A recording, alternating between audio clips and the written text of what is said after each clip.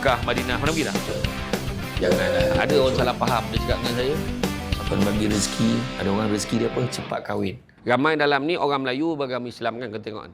Tapi ramai orang kaitkan Melayu ni dengan pemalih kan. Buat kerja memang tak apa-apa, tak semanggah. Betul ke Melayu macam tu lah. Ayat kita biasa kan. Orang akan stigma ni, dia akan labelkan macam tu. Melayu macam tu. Kenapa sengit kontraktor Melayu macam tu lah. Kau tak tahu ke? Apa hal ni kan, kontraktor Melayu kan. Buat ni, buat saya program My House TV Hijrah tu yang repair rumah orang susah tu. Buat tembok sengit.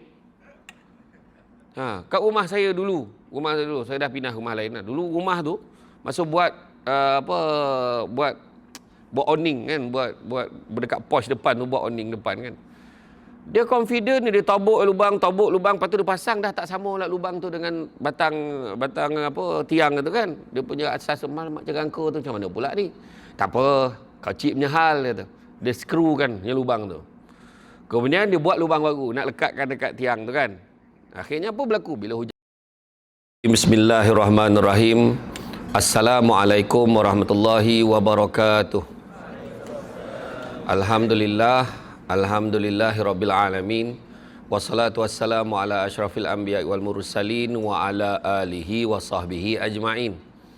Subhanaka la ilma lana illa ma 'allamtana innaka antal alimul hakim. Rabbi shrah li sadri wa yassir li amri wahlul 'uqdatam min lisani yafqahu qawli. Alhamdulillah, syukur kepada Allah Subhanahu wa taala, segala puji bagi Allah Tuhan sekalian alam. Salat dan salam ke atas junjungan besar Nabi Muhammad sallallahu alaihi wasallam.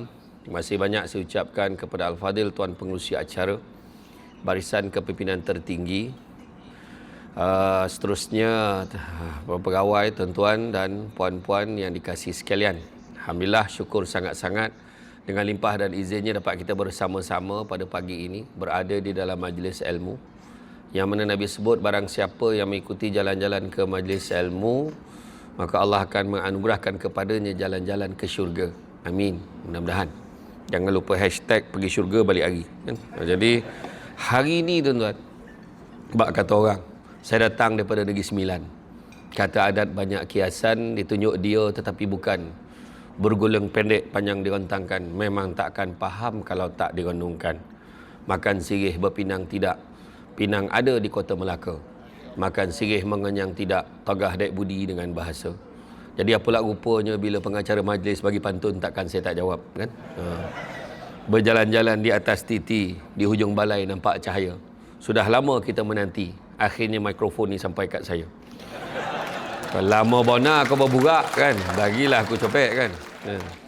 Kan pijak galah sambil berlari, tapi sayang hujungnya patah. Banyakkan usaha kepada diri selagi diri muda dan mentah. Buah keras barang dikikir, dibawa orang dari hulu. Barang kerja hendaklah difikir supaya kelak tidak mendapat malu. Bukan rusa sebarang rusa, rusa larangan Raja Melayu.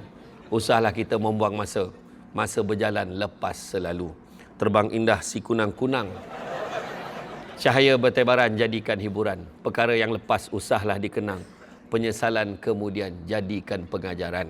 Dalam kita bekerja ni, kapal layar bertiang 3, tiang keempat hujungnya patah. Amal ikhtiar di tangan kita, hasil pendapat di tangan Allah. Dan dalam kita pula memberi ceramah pengisian pada hari ini, kan, patah jarum di dalam peti, buat menjahit kain bertimbun. Nasihat sepatah sukar dimengerti, rupanya penawar bertahun-tahun. Jadi cukuplah tu kan. Apa maksud pantun ni, kau fikirlah sendiri. Macam tu kan. Jadi sebab kalau ceritakan hari ini, maknanya kini ini adalah merupakan satu event yang paling saya akan ingat sampai bila-bila lah kan. Sebab dapat datang tempat ni kali pertama kan. Tempat yang dikatakan mempunyai warga kerja yang sangat besar, ramai kan. Dan ini adalah ceramah antara ceramah yang mencabar pada saya, sebab saya ceramah sambil orang lain makan. Ini bukan satu perkara yang biasa lah kan. Itulah. Tu sebabnya kalau saya berceramah, kalau dalam kenduri kahwin tu paling masalah tu lah. Ada orang minta saya ceramah tu, majlis kenduri kahwin tengah bersanding, orang tengah beria makan kan. Tentulah saya ceramah. Satu lagi ada kat di Maib Serdang, kan bulan puasa dia ada Maha Buffet tu. Lebih 200 menu dihidangkan. Masa tu kan, orang tengah ambil makanan nak berbuka tu, waktu tu saya ceramah. Bayangkan. Tapi lah, tak apalah. Buat channel kan. Dah tu ragam penganjur. Ikutlah. Kan? Jadi kalau kita tengok lah pada satu kisah ada seorang. Apa sah? Nak kena ulang balik ke? Oh, tak payahlah kan? Tak payahlah kan? Ada seorang lelaki Ansar. Ada seorang lelaki Ansar, dia datang bertemu dengan Nabi. Dia kata, tolonglah bantu. Dia minta bantuan lah, sumbangan daripada Nabi. Nabi ni, kalau nak kata Nabi kita ni, dia nak katakan dia miskin, tak boleh dia cakap dia miskin. Sebab tak pernah sehari pun dia tak tolong orang. Ada je sumbangan dia bagi. Kan? Satu hari tu, orang Ansar ni minta, ada tak apa-apa boleh kau bagi kat aku? Ya Rasulullah, apa Nabi buat? Nabi tanya, ada tak apa-apa barang kat rumah kau yang tu boleh kita jual? Kata. Apa barang yang ada kat rumah kau? Dia kata ada 2 kain. Dia kata. Satu kain tu buat lapik tidur, lapik duduk. Satu lagi buat lapik makan. Dia kata. Makan minum. Dia kata. Kau bawa kain tu dua-dua kat aku. Dia kata. Bila dapat kain tu, dia pun tanya sahabat-sahabat, siapa nak beli kain ni? Ada seorang, aku nak beli dengan 1 dinar. Ada tak nak beli dengan harga 2 atau 3 dinar? Lepas tu seorang, 2 dinar. Aku nak beli 2 dinar. Jadi seorang sahabat dia beli 2 dinar, dapat 2 dinar, dia pun bagilah dekat orang Ansar ni tadi. Ana ambil ni 2 dinar, 1 dinar kau buat beli kelengkapan makanan, dari satu dinar lagi kau beli kapak, dia kata. Kau bawa kemari. Jadi dia pun ikutlah, dia pun belilah. Dulu harga barang mungkin taklah setinggi hari ni ingatnya kan. Dalam tu dapat dia beli makanan dan keperluan ke rumah dengan 1 dinar. Dan 1 dinar lagi dia beli kapak, dia bawa kat Nabi. Nabi pun tunjuk. Nabi pun belah kayu. Sekarang kau gunakan kapak ni, kau pergi belah kayu, pergi jual. Kau datang jumpa aku beli. Aku tak nak jumpa kamu dalam tempoh 15 hari. Lepas 15 hari, dia pun datang balik jumpa Nabi. Nabi kata, sekarang kau dapat berapa? Dia kata dapat 10 dinar. Jadi dia kata sebahagian kau buatlah beli makanan dan pakaian. Sebahagian lagi belilah makanan minuman. Sebahagian lagi kau simpan. Lepas tu Nabi kata apa? Nabi kata bekerja ini lebih baik daripada meminta-minta. Kan? Kerana dengan meminta-minta nanti di hari kiamat akan menjadi noda hitam di wajah sang peminta. Ketahuilah meminta-minta hanya dibolehkan bagi orang dalam keadaan fakir yang amat sangat atau hutang yang membelit atau denda yang amat memberatkan. Hadis riwayat Abu Daud, Ibnu Majah dan Anas bin Malik. Maknanya satu perkara, di luar sana ada orang yang suka. Walaupun ada, tapi dia gemar minta-minta dengan orang. Dia gemar meminta sesaja. Dia pemalas, bukannya tak sihat. Sihat. Sekarang bini bekerja, suami tak bekerja. Kalau suami tu duduk rumah, buat kerja rumah, jadi sumi rumah, tak apa. Sumi rumah. Kan? Tak apa. Ni masalahnya pemalas, mengangkang, membesarkan latu-latu. Itu masalah tu. Yang teruk bini kan. Jadi eloklah kita ni bekerja. Ni apa yang saya nak bagi tahu, duduknya kita dekat dalam dewan ni maknanya kita ada kerja. Kita ada kerja. Di luar sana ada orang sedang bawa folder file ni. Kulu-kili tengah fikir nak kerja apa. Saya dulu bekas pengarah undang-undang dan penguatkuasaan. Bila buka je jawatan kosong, pembantu takbir atau jawatan pembantu penguatkuasa grade 19. Hari ni grade 19, dulu grade 17. Kelayakan minimum SPM. Yang minta ada degree, ada master. Macam-macam bidang. Jadi bila kita tengok cakap macam tu, orang memang susah nak kerja sekarang. Susah nak dapat kerja. Dan kita pula ada kerja. Dan tak ada siapa pun yang tak seronok bekerja. Tak ada siapa tak seronok bekerja. Kan? Cuma yang paling seronok orang Malaysia ni, kalau boleh dia tak nak kerja tapi gaji nak tinggi. Kalau boleh. Kan? Kalau boleh tak nak kerja tapi gaji nak tinggi memang tak dapat lah kan. Jadi saya tahun 2018 saya dah bersara dah. Awal 2018 saya bersara. Bulan 1 macam tu saya bersara. Sebab masa tu saya dah tak tahu dah mana satu part time. Jadi pengarah part time ke penceramah. Betulnya ceramah part time, sudah jadi pengarah pula part time. Jadi saya pun ambil keputusan bersara. Jadi secara teknikalnya saya tak ada kerja. Itu sebab saya datang ceramah ni. Dah tak ada kerja, ceramah lah. Macam tu kan. Jadi orang panggil ceramah kan. Datanglah saya ke Pengerang ni. Jadi bila sebut tentang kerja, saya kata tadi, kita tengok tadi apa yang dibacakan. Kan, dalam satu hadis yang dibacakan oleh Ustaz Loman tadi, dia kata tentang bagaimana sesungguhnya Allah sangat suka hamba-Nya kalau melakukan satu amal pekerjaan, dilakukan dengan baik, teliti dan sempurna. Baik, teliti dan sempurna. Masalah ramai dalam ni. Ramai dalam ni orang Melayu beragama Islam kan, kita tengok. Tapi ramai orang kaitkan Melayu ni dengan pemalas kan. Buat kerja memang tak apa-apa, tak semangat. Betul ke Melayu macam itulah. Ayat kita biasa kan. Orang akan stigma ni, dia akan labelkan macam tu. Melayu macam tu. Kenapa sengit kontraktor Melayu? Macam tu lah. Kau tak tahu ke? Apa hal ni kan, kontraktor Melayu kan? Buat ni, buat saya program My House, TV Hijrah tu yang repair rumah orang susah tu. Buat tembok sengit. Kat rumah saya dulu, saya dah pindah rumah lain lah. Dulu rumah tu, masa buat buat awning kan, buat berdekat porch depan tu, buat awning depan kan. Dia confident dia tobok lubang, lepas tu dia pasang dah tak sama lah lubang tu dengan batang tiang tu kan. Dia punya asas mak jerangka tu macam mana pula ni? Tak apa, kau cip punya hal dia tu. Dia screw kan yang lubang tu. Kemudian dia buat lubang baru nak lekatkan dekat tiang tu kan. Akhirnya apa berlaku? Bila hujan lebat bocor. Melayu. Lepas tu dekat gutter kan, tempat laluan air kan. So kebetulan hujan lebat, nak tengoklah air cantik tak turunnya. Memang unsunkable. Tak disangka-sangka air tak turun. Apa jenis gutter kau beli ni? Memang dah talan air tahu ke? Rupanya bila tinyau bertakung kat tengah tu. Saya cakap kau pakailah penimbang air tu biar dia sengit sikit. Takkan aku yang ajar kau. Patut kau lah ajar aku benda tu. Kau kontraktor. Tak apa, dia kau cip punya hal. Tak apa, dia tobok tengah tu, dia hantar majiran. Saya kata, apa perangai kau ni? Kau tengok rumah Cina, sebelah depan rumah tu ada rumah Cina kan? Kau tengok rumah Cina tu. Ada tak ada baik macam kau tobok tengah-tengah tu? Tak ada kan? Mana kau kena sengitkan sikit, turun air tu cantik lah. Apa dia buat? Dia pun turunkan. Dah macam gelongsor pula dah. Macam gelongsor wet world tu. Cakap kan? Aduh, kata. Jadi macam tu lah. Jadi, soalannya, betul ke orang Melayu macam tu? Soalan saya. Sedangkan Nabi dah sebut. Allah sangat suka hambanya kalau melakukan satu amal pekerjaan, dilakukan dengan baik, teliti dan sempurna. Ataupun disebutkan tadi, terbaik. Dalam satu riwayat lagi kata, baik, teliti dan sempurna. Maka tak sepatutnya lah jadi macam tu. Betul ke Melayu macam tu? Soalan saya. Betul ke Melayu macam tu? Kau jap minum. Tadi apa ramai yang baju hijau dengan baju kuning minum kat kedai kat Roundabout tu tadi?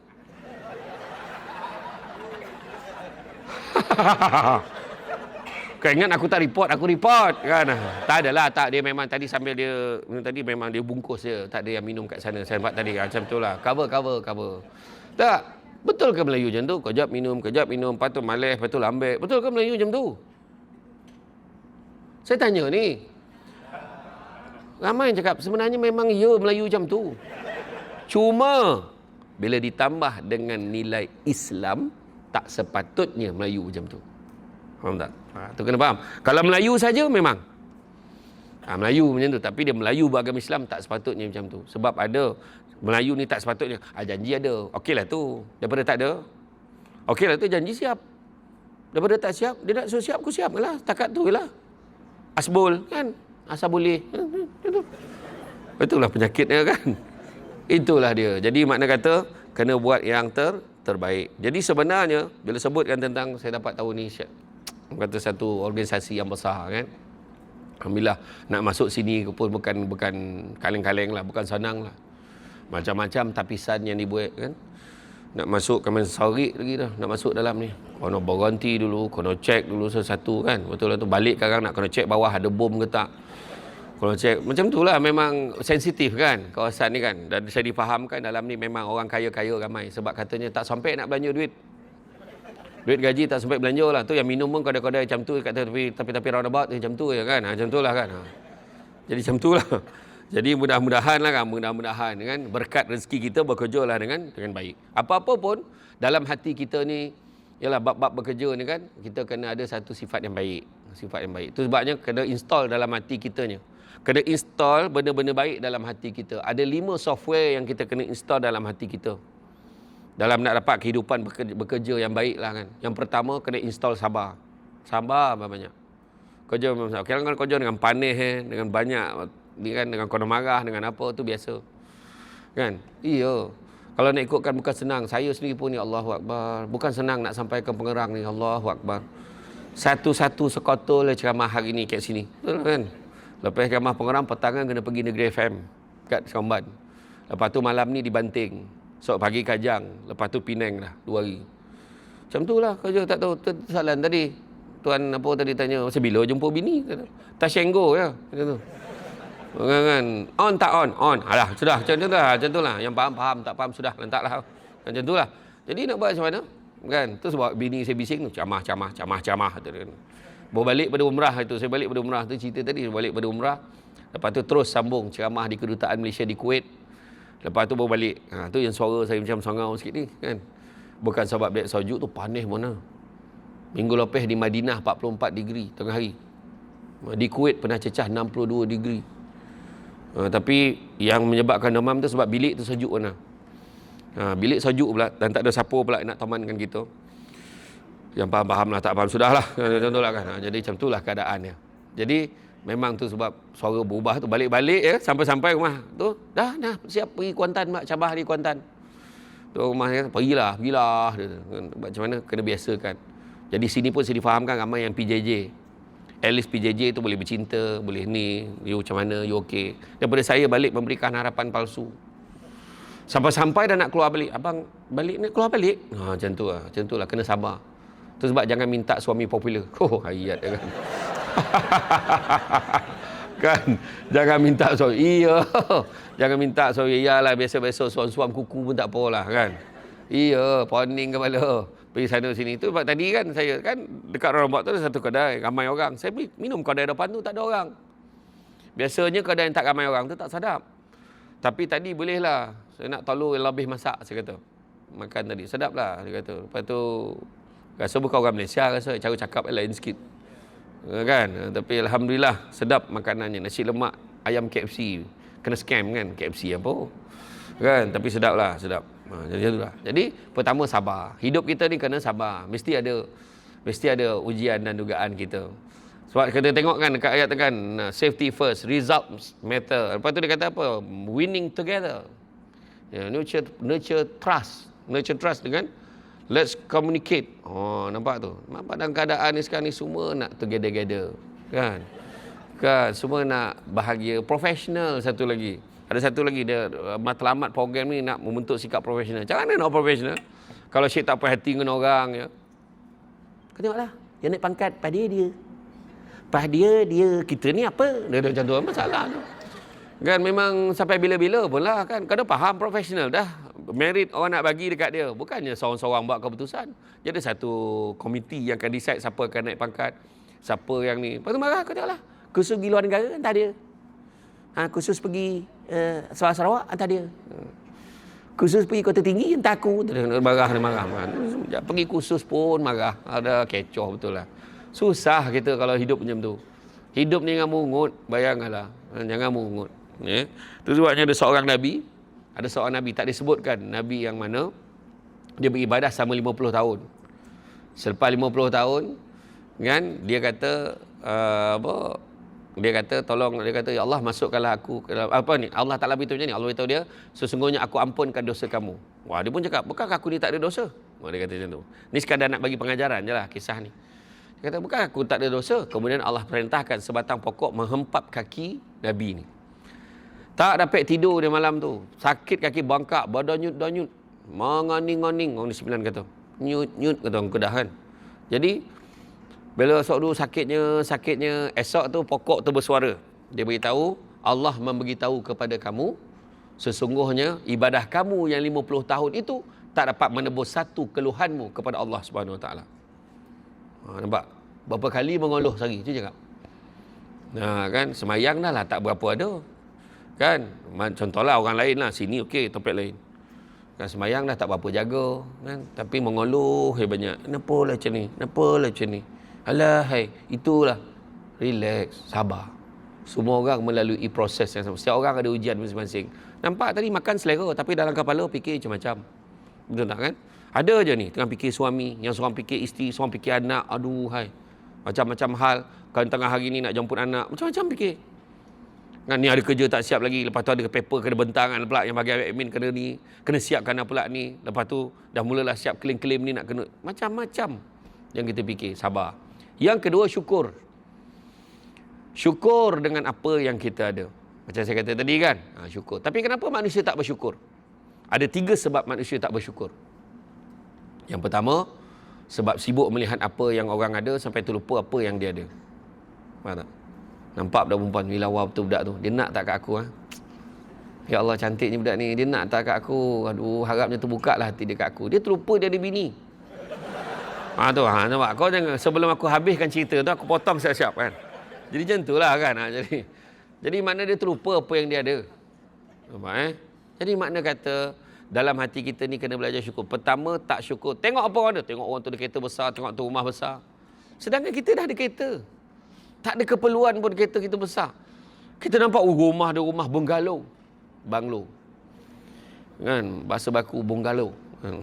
Saya nak tanyalah. Sekarang ni siapa yang duduk rumah teres? Katakan.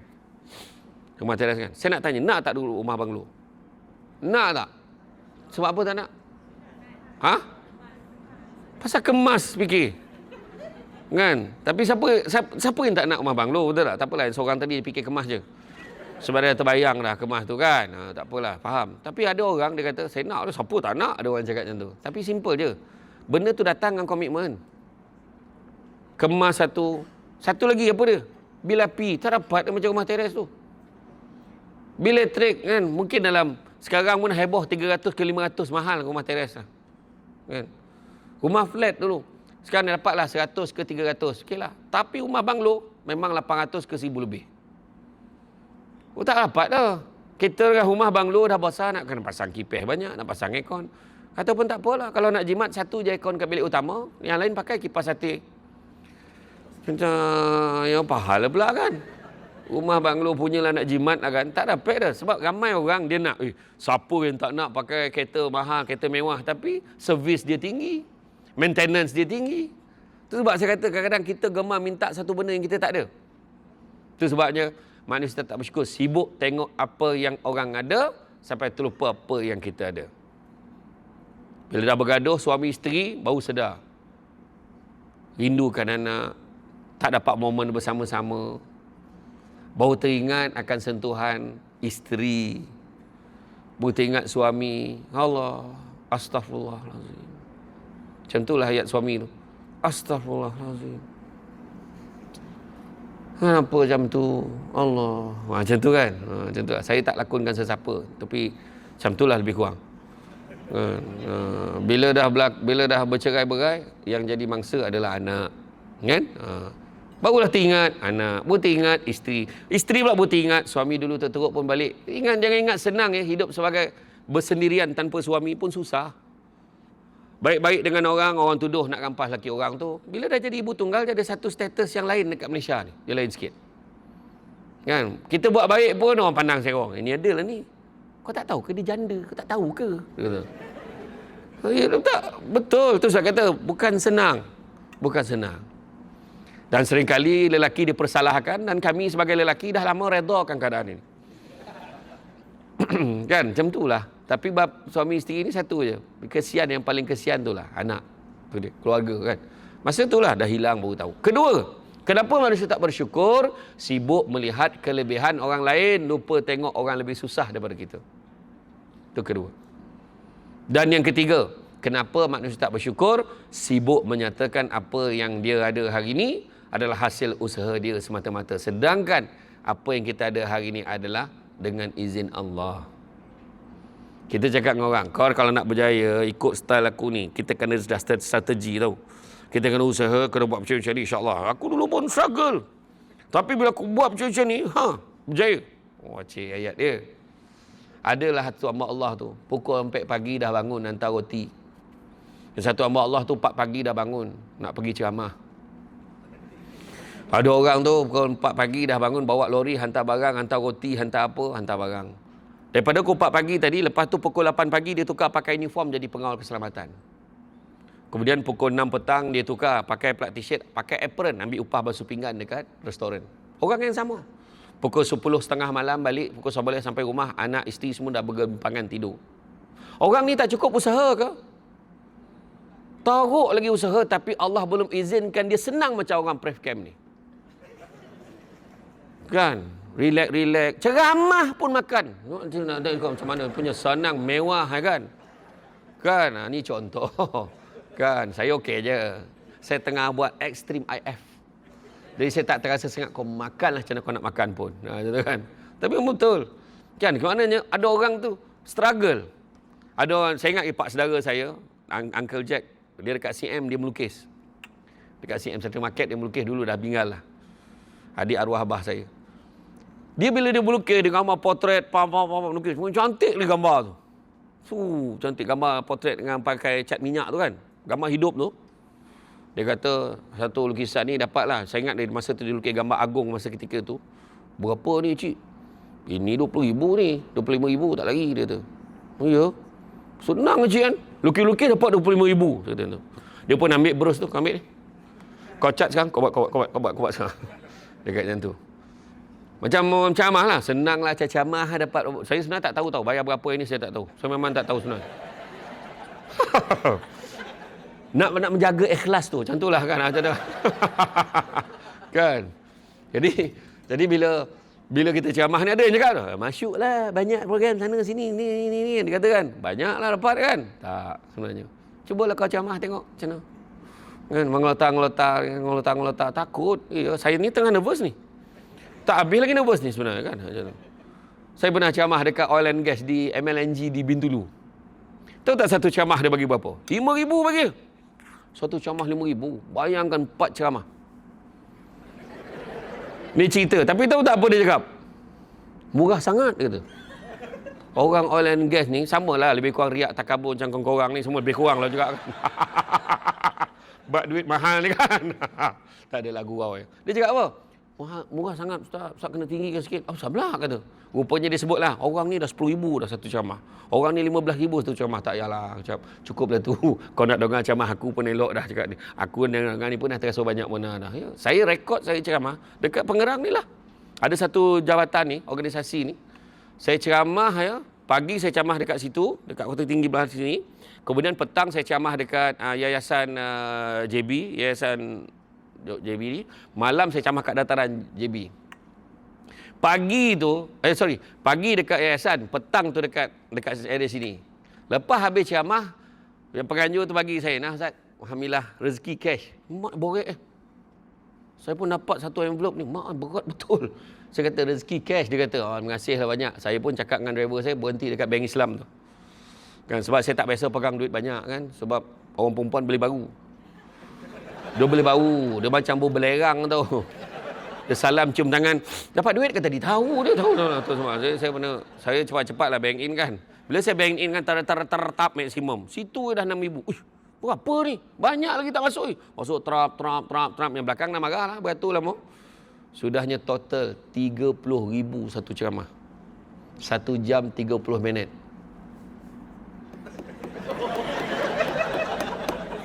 Tak, ni mesej ni, kena faham. 1 jam 1 jam 30 minit. Bayangkanlah penceramah termahal di Malaysia. Saya masuk dalam kereta, saya cakap dengan driver saya, "Wui, aku dapat tadi 30,000 dia bagi." Driver, bonus. Lepas tu bila saya keluar, tak sampai 5 minit telefon bunyi, "Assalamualaikum tuan, minta maaf tuan, salah sampul," dia kata. Salah sampul rupanya. Bahagian kewangan bagi duit dekat dia satu envelope. Dia kata, "Nah, duit penceramah semuanya dalam ni." Tu ayat dia. Duit penceramah semuanya dalam ni. Bukannya semuanya duit penceramah. Faham tak? Ada beza kan? Rupanya duit caterer tak bayar lagi. Duit kemah tak bayar lagi. Penceramah pagi tu ada 2 slot pun tak bayar lagi penceramah tu. Semua dalam tu. Jadi dia kata, "Tak apa tuan tolak je duit ceramah tuan. Lepas tu tuan bagi setting apa-apa tu." Jadi saya kata, "Macam ni lah. Aku pulangkan balik semua kat kau. Nanti kau bayar balik kat aku berapa aku patut dapat." Dari si audit dia tak cantik. Saya bangga walaupun 5 minit. Pada saya itu merupakan pencapaian sebenarnya. Macam tu lah kan. Macam tu lah. Jadi nak bagi tahu kan. Tengok orang yang lagi susah daripada kita. Kita akan lebih bersyukur dengan apa kita ada. Dan begitu juga jangan ingat kita ada apa yang kita ada ni semua sebab usaha kita. Tapi apa yang kita ada ni sebab Tuhan izinkan. Dalam bab bekerja ke, dalam bab apa ke, Tuhan izin. Kita dapat kerja yang macam ni. Bukan semua orang ada kerja macam ni. Itu sebab saya bila buat team building kan. 3 hari 2 malam tu kan. Salah satu game tu, salah satu checkpoint tu, main Damula. Besar Damula tu. Macam petak ni juga lah. Besar ni. Kan. Barulah tahu orang tua main Damula lagi teruk daripada budak tadika main. Bodoh ular ni. Dia marah ular tu. Bangang betul. Cicik ular kan. Pasal tak? Ada orang main kan. Kejap-kejap tangga. Kejap-kejap tangga. Rezeki betul, pap habis. Ada orang macam tu. Ada orang pula, kejap-kejap ular. Kejap-kejap ular, yang paling tahu yang 74 tu. Yang turun sampai 17 kan. Aduh, itu dia maki ular tu. Wahal dia yang baling dadu tu. Yang seorang tu pula, tangga tidak, ular tidak. Tangga tidak, ular tidak, melangkau-langkau. Masalah dia dekat 98.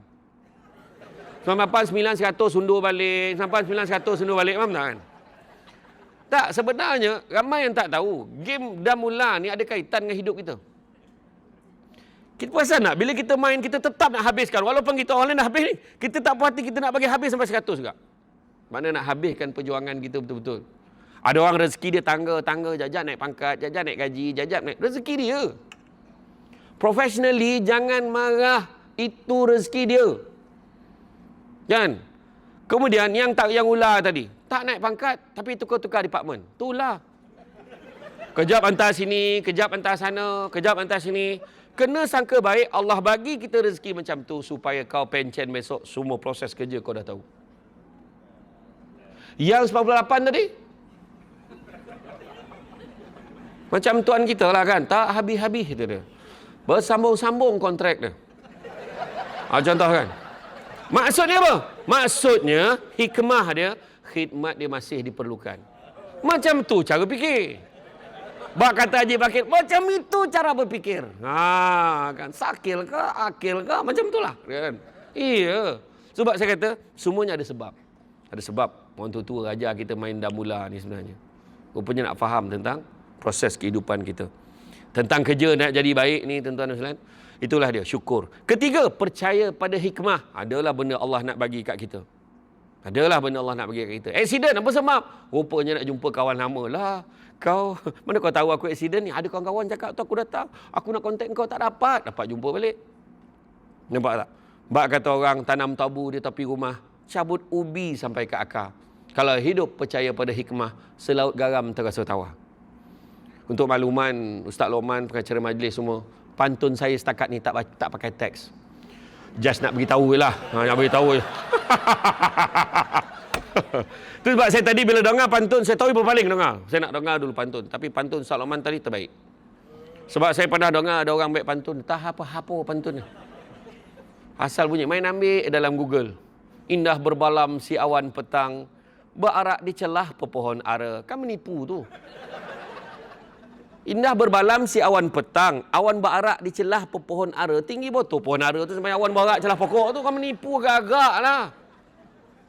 Dari Segamat pergi ke Kuantan. Singgah di Lipis beli berangan. Kau naik kereta pada Segamat, kau jumpa Kuantan dulu.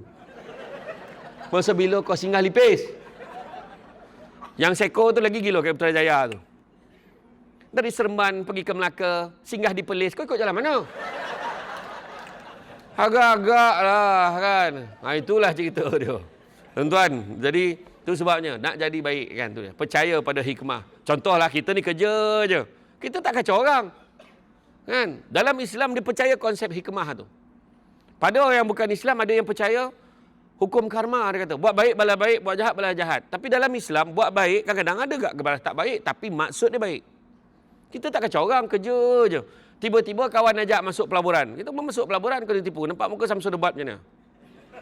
Atas kepala tu pelaburan patuh syariah. Wah, dia edit gambar forum malam Jumaat tu. Kau pun masuk.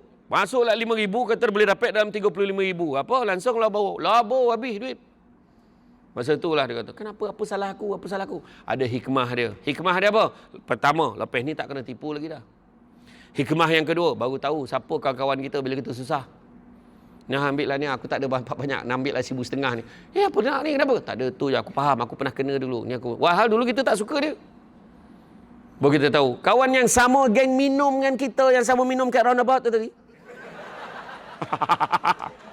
Time kita belanja, kau minum dengan aku. Time aku susah, kau belah. Macam mana? Tu cerita dia. Kau dah faham. Itu sebabnya kita tengok ada hikmah di sebalik sesuatu. Ingat tak orang perempuan? Orang perempuan lah. Ingat tak? Waktu zaman kita kena tinggal kat boyfriend kita. Ingat tak? Ingat tak? Momen tu. Kita marah betul. Tak guna je jantan. Kau bakar gambar dia. Matilah kau, matilah kau, matilah kau. Tak guna jantan. Matilah kau, mati kau kena lenyek stand by, mati accident. Kita marah. Kita marah rupa-rupa hikmah paling besar Allah temukan kita dengan suami kita yang jauh lebih baik daripada boyfriend kita. Kan? Ya, betul. Itu sebabnya kena faham. Kan? Nak pula kita dapat tahu ex-boyfriend kita hidup dia tidaklah seindah yang disangkakan. Iya, itu sebab orang lelaki kadang ada kawan-kawan lama, dia kena layan sebab nak tahu hidup ni macam mana sekarang. Tu yang kadang tanya, you kat mana? Kan kawan masih universiti tu, you kat mana sekarang? I kat ni. I kat camp. Camp tu apa? Ada macam refinery tempat ni lah, proses minyak ni. Ui, iya, maknanya you, mesti banyak duit. Allah Akbar, rezeki Allah bagi. Kan? So, you macam mana sekarang? Tanya pula budak perempuan tu. Kita tanya budak perempuan tu. You macam mana sekarang? Dah kahwin dah? You dah lupa waktu kat universiti dulu. Bawah pokok ketapang dulu kita janji apa? I sampai sekarang tunggu you tau. Betul. Kita nak pastikan keadaan dia. Itu orang perempuan kena faham. Nampak tak? Dan lelaki pula pada ketika itu, yelah, lelaki ni kena faham. Dia punya perasaan kasih sayang ni melimpah ruah. Kadang-kadang dia, buat muka. Ya, tak ada masalah orang perempuan. Kau dengarlah habis cerita ni, jangan sangka buruk dulu. Kan? Jadi, tapi yelah, I dah kahwin. Ni I faham. I pun tak nak mengganggu kebahagiaan rumah tangga orang lain. Macam tu lah. Tu saya kata dia, tak payah nak menyampah. Aku dengarlah kau ngumpat, aku cakap aku apa. Aku lalu tadi semua. Tingginya. Apa masalah kau? Macam OKU kau buat aku ya. Bukan baru hari ni tinggi, dah lama tinggi. Mengumpat tadi perlahan tu perempuan. Dalam tina nampak tua, kau hajar betul. Saya macam-macam lah, saya sabar gini, tak apalah. Saya maafkanlah, saya siap. Kan? Yang hikmah. Yang keempat, redha. Kena ada redha. Tentu ada ujian dan cabaran dalam hidup kita, tapi kena belajar redha. Apa beza redha dengan pasrah? Apa beza redha dan pasrah? Yang risau, pencamah tanya, dia jawab balik semula. Korang ni, eloklah kau diam tu. Aku pernah ceramah maulud dekat satu masjid kat Kuala Pilah. Saya tak nak sebutlah masjid mana. Saya tanya apa maksud selawat makcik. Makcik pun maksud selawat. Satu makcik tanya, nak camah lah. Tanya pula. Kena sound pula. Jadi diam ni okey lah. Diam tu okey kan. Daripada kena sound, baiklah kau diam kan. Tapi bagus orang tua dia ikhlas. Nak camah lah. Tanya pula. Dia kena sound. Saya pernah camah. Orang tua dia ikhlas. Dia akan cakap je apa dia teragak tu. Saya pernah camah dekat pusat aktiviti warga emas di Jempol. Masuk dalam dewan tu, orang tua-tua ni, semua perempuan. Lah, perempuan semua, tak ada lelaki ke? Menyaut satu makcik. Lelaki habis mati dah. Saya punya tergalak lah. Berair mata saya. 5 minit tak boleh camah kan. Apa beza redha dengan pasrah? Bezanya pasrah. Kita jangan ambil yang dialog Lisa Surihani tu dalam Ombak Rindu tu. Tak ada mana. Pasrah ni maksudnya menerima satu ketentuan tu dengan hati yang sakit. Dia sakit, dia tak suka, tapi nak buat macam mana, terima je lah. Macam tu, pasrah. Redha pula menerima dengan hati yang ikhlas. Itu beza dia. Saya lakonkan nak bagi faham. Ini pasrah. Nak buat macam mana kan? Dah tu jalan yang suami akak pilih. Kalau ikutkan tak ada perempuan pun suka keadaan ni. Tapi akak kena terima. Yang itu pasrah. Okay, faham Redha macam ni. Mungkin ni dah rezeki akak kena terima. Akak doakan semoga suami akak mampu berlaku adil. Dia jaga semua isteri-isteri dia. Mudah-mudahan kami semua mampu nak masuk jannah bersama-sama. Orang lelaki jangan risau, tu takkan berlaku. Nak cerita betul. Ini contoh untuk rujukan akademik saja, tahu. Cerita yo ini semoga abang ni tak ada mana. Kan. Ni bagi contoh je. Jadi redha. Bak kata orang, tentu ada ujian. Hidup kita, mana dia tak ada ujian? Hari Jumaat, kan? Hari Jumaat, pergi masjid. Muka berkerut ni. Pak, kenapa kau? Apa masalah kau? Selipar hilang. Nampak macam besar sangat masalah dia. Tapi masalah dia selipar hilang. Yang seorang tu selipar hilang, pergi relax kau, selipar kau hilang, kau boleh relax? Masalah apa dah hal? Dia sapu selipar imam tu. Jadi mana dia dah biasa macam tu. Kan? Jadi, mana secara setiap orang memandang masalah tu berbeza-beza. Bak kata orang, cantik dipandang bulan mengambang. Bulan mengambang, torang di awan. Kalau dah hidup namanya orang, takkan lari daripada ujian dan dugaan. So hadapilah. Macam mana? Malahan kalau kita tengok dalam kitab lama lah, macam mana Nabi bagi tahu apa? Nabi bagi tahu barang siapa yang 40 hari berturut-turut tak diuji oleh Allah SWT, maka percayalah sesungguhnya dia jauh daripada rahmat Allah. Tentu ada ujian untuk kita. Kan? Dan begitu juga yang kelima yang kena ada adalah ikhlas. Sebenarnya nak suruh kita jadi baik ni atas dunia ni, bab bekerja ke, kehidupan kita ke, dah disebut sejak zaman Nabi Adam AS lagi. Kalau kita tengok dalam surah Al-Baqarah ayat 28, Allah beritahu bagaimana kalian tergamak kufur, ingkar dengan nikmat yang Allah bagi kat kita. Sedangkan dahulunya kalian mati. Maksud mati yang pertama ni belum lahir. Dan kalian lahir. Dan kalian dimatikan dan dihidupkan semula untuk disempurnakan balasan bagi segala yang kalian kerjakan. Mana apa yang kita buat dalam hidup kita, termasuklah bekerja di Pref Camp ni, semuanya akan dibalas oleh Allah Subhanahu Wa Taala. Nampak? Dan begitu juga dalam surah Ali Imran ayat 185. Allah beritahu setiap yang hidup pasti akan mati. Pada hari kiamat sajalah akan disempurnakan balasan bagi kalian. Barang siapa yang dapat masuk ke dalam syurga dan dijauhkan pada neraka, sesungguhnya orang yang sangat beruntung. Dan ingatlah, ini poin nak bagi tahu kat semua. Ingatlah bahawa dunia ini hanyalah kesenangan yang memperdayakan. Kesenangan memperdayakan. Seronok macam mana? Seronok macam mana pun kita, akhirnya jadi tak seronok. Mana ada orang seronok kahwin? Mana ada orang seronok kahwin? Cakap dengan saya. Muka menanggur ke nampak tu? Yang ramainya apa? Yang ramai seronok nak kahwin. Seronok dah kahwin mana ada? Mana ada? Menanggur ke? Muka nak. Iya. Yang ramai seronok nak kahwin. Nanti datang tahu. Dalam Sabtu ni pukul 11 dah start dah. Jamuan pun semua. Tapi saya sampai pukul 3 je. Lepas tu ada outdoor. Baring atas jalan kereta api tu. Ambil gambar lah apa semua dekat topi laut tu kan. Ambil gambar cat gown ni macam mana. Sana dekat Masjid Besi Putrajaya tu. Orang haji ambil wuduk tu dah 8 kali basuh muka tu. Kan? Tapi bila dah kahwin maknanya macam mana? Seronok tak kahwin? Alhamdulillah. So far so good. Okey lah, jangan dulu. Tak ada. Ya Allah, kenapa aku tak kahwin pada dulu? Tak pernah dengar lagi. Kan? Sebab perkahwinan tu sendiri satu perjalanan. Mana ada orang kahwin? Susah nak jumpa orang kahwin ni. Yang betul-betul kahwin kerana Allah. Yang ramai kahwin, kenapa nak kahwin? Kawan-kawan habis kahwin dah, tinggal saya je belum. Kenapa kau nak kahwin lah? Umur berapa dah? Bila lagi nak kahwin? Yang seorang, kenapa tak kahwin? Geram tu, ada perempuan tu. Lagi tahu. Kamu nak kahwin? Mak bising. Masa bila mak tak bising? Memang kau jauh mak bisingnya. Bila kau nak kahwin? Bila dah kahwin? Bila kau nak beranak? Bila beranak? Laki je anak kau tu. Bila dapat anak perempuan? Kan? Beranak je gitu. Semua salah. Nampak tak? Susah nak cari orang. Bila imam tanya, kenapa kamu nak kahwin ni? InsyaAllah, Mam, saya nak kahwin ni kerana Allah. Biasanya yang jawab kahwin kerana Allah ni biasanya lelaki yang dah kahwin. Tak, saya bukan mengajar ni, dia ni contoh. Sampai hati abang, apa salah saya? Kenapa bang? Kenapa? Kerana Allah. Allah bang. Dan begitu juga Jibril pesan. Jibril pesan apa? Jibril pesan, dia kata, pesan pada Nabi, makna suruh pesan kat kita. Dia kata apa? Hiduplah sesuka hati kamu sampai masanya kamu akan berpisah. Hiduplah sesuka hati kamu sampai masanya kamu akan mati. Betul? Kita akan mati. Macam mana pun lah kan, kita dalam bekerja ni pun ada yang mati ke tempat kerja. Ada tak? Ada. Ada yang mati sebab tercokit sudu. Joget kat bini ni. Abang, kak mati. Tercokit sudu mati. Ada yang mati tengah tidur, bangun pagi, dah. Matilah, bang. Abang. Mati. Nampak tak? Mulalah keluar teori tu. Patutlah semalam masa ceramah Samsul Debat tu dia tak apa gelak sangat. Nak mati rupanya. Macam-macam ni teori korang. Aku dah cakap jangan ambil gambar bertiga. Seorang tu pula. Allah, hai, tak ada. Sampai masa kita akan mati. Kedua, sayangilah, cintailah sesiapa saja suka hati kamu. Sampai masanya kamu akan berpisah dengannya. Ingat orang perempuan. Suami bukan hak mutlak kamu. Janganlah marah. Dia tak habis lagi tu. Ingat wahai suami, lelaki, bahawa sesungguhnya isteri kamu pun bukan hak mutlak kamu. Sampai masanya kamu akan berpisah dengannya. Tak bercerai hidup, bercerai mati. Itu dia.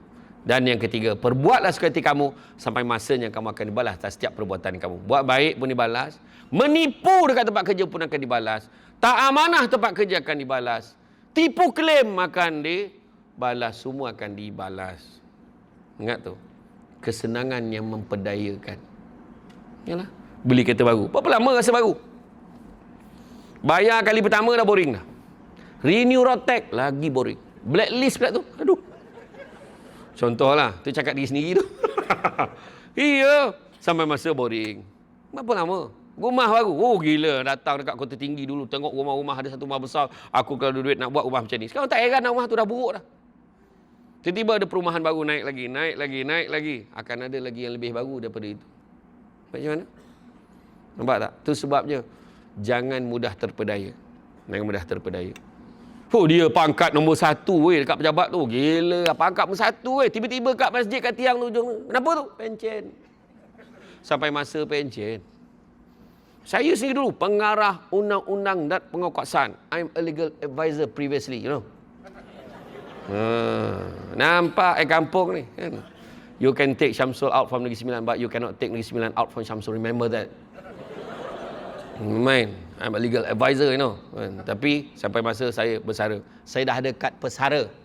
Tunjuk dekat hotel dapat 10% discount. Tapi bukan semua hotel lah. Oyo dapat lah kan. Hotel yang lain tak dapat. Kat Shah Alam hotel yang besar tu sajalah tunjuk. Ustaz jangan buat lawak boleh tak? Sabarlah aku.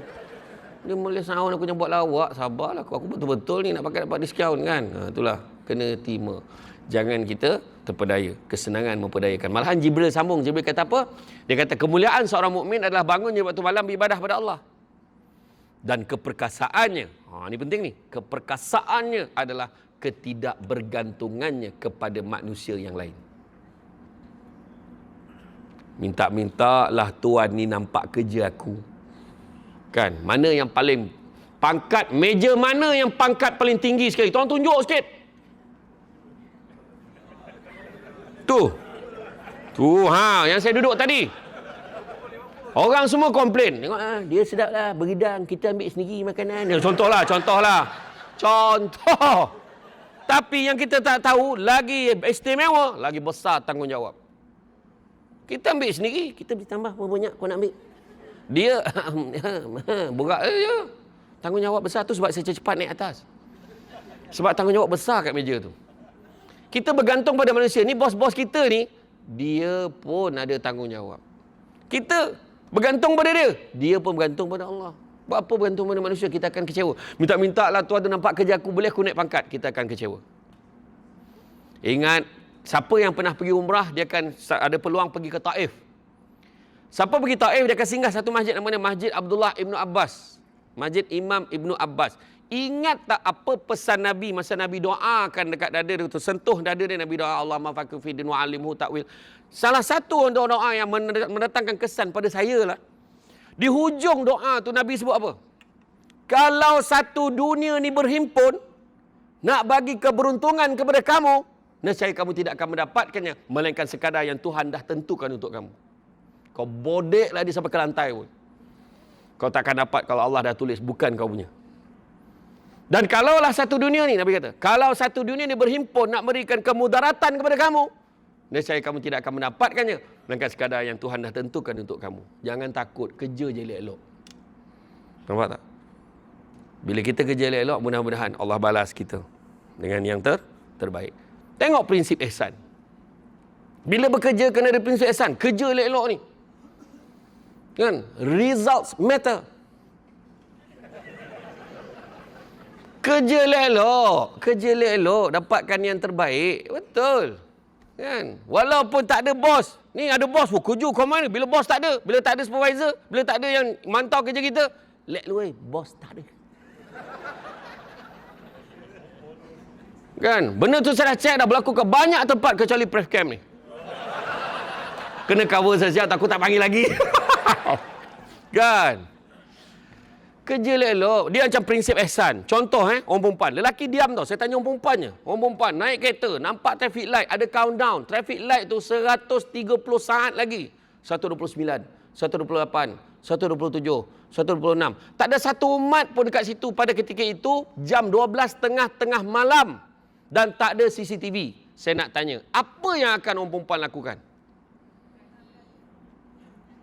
Jalan. Berkata. Itu beza dengan lelaki. Lelaki akan tunggu sambil zikir, ingat Allah. Ya Allahu Akbar. Weh lelaki, kau tepuk kenapa aku sindir tu?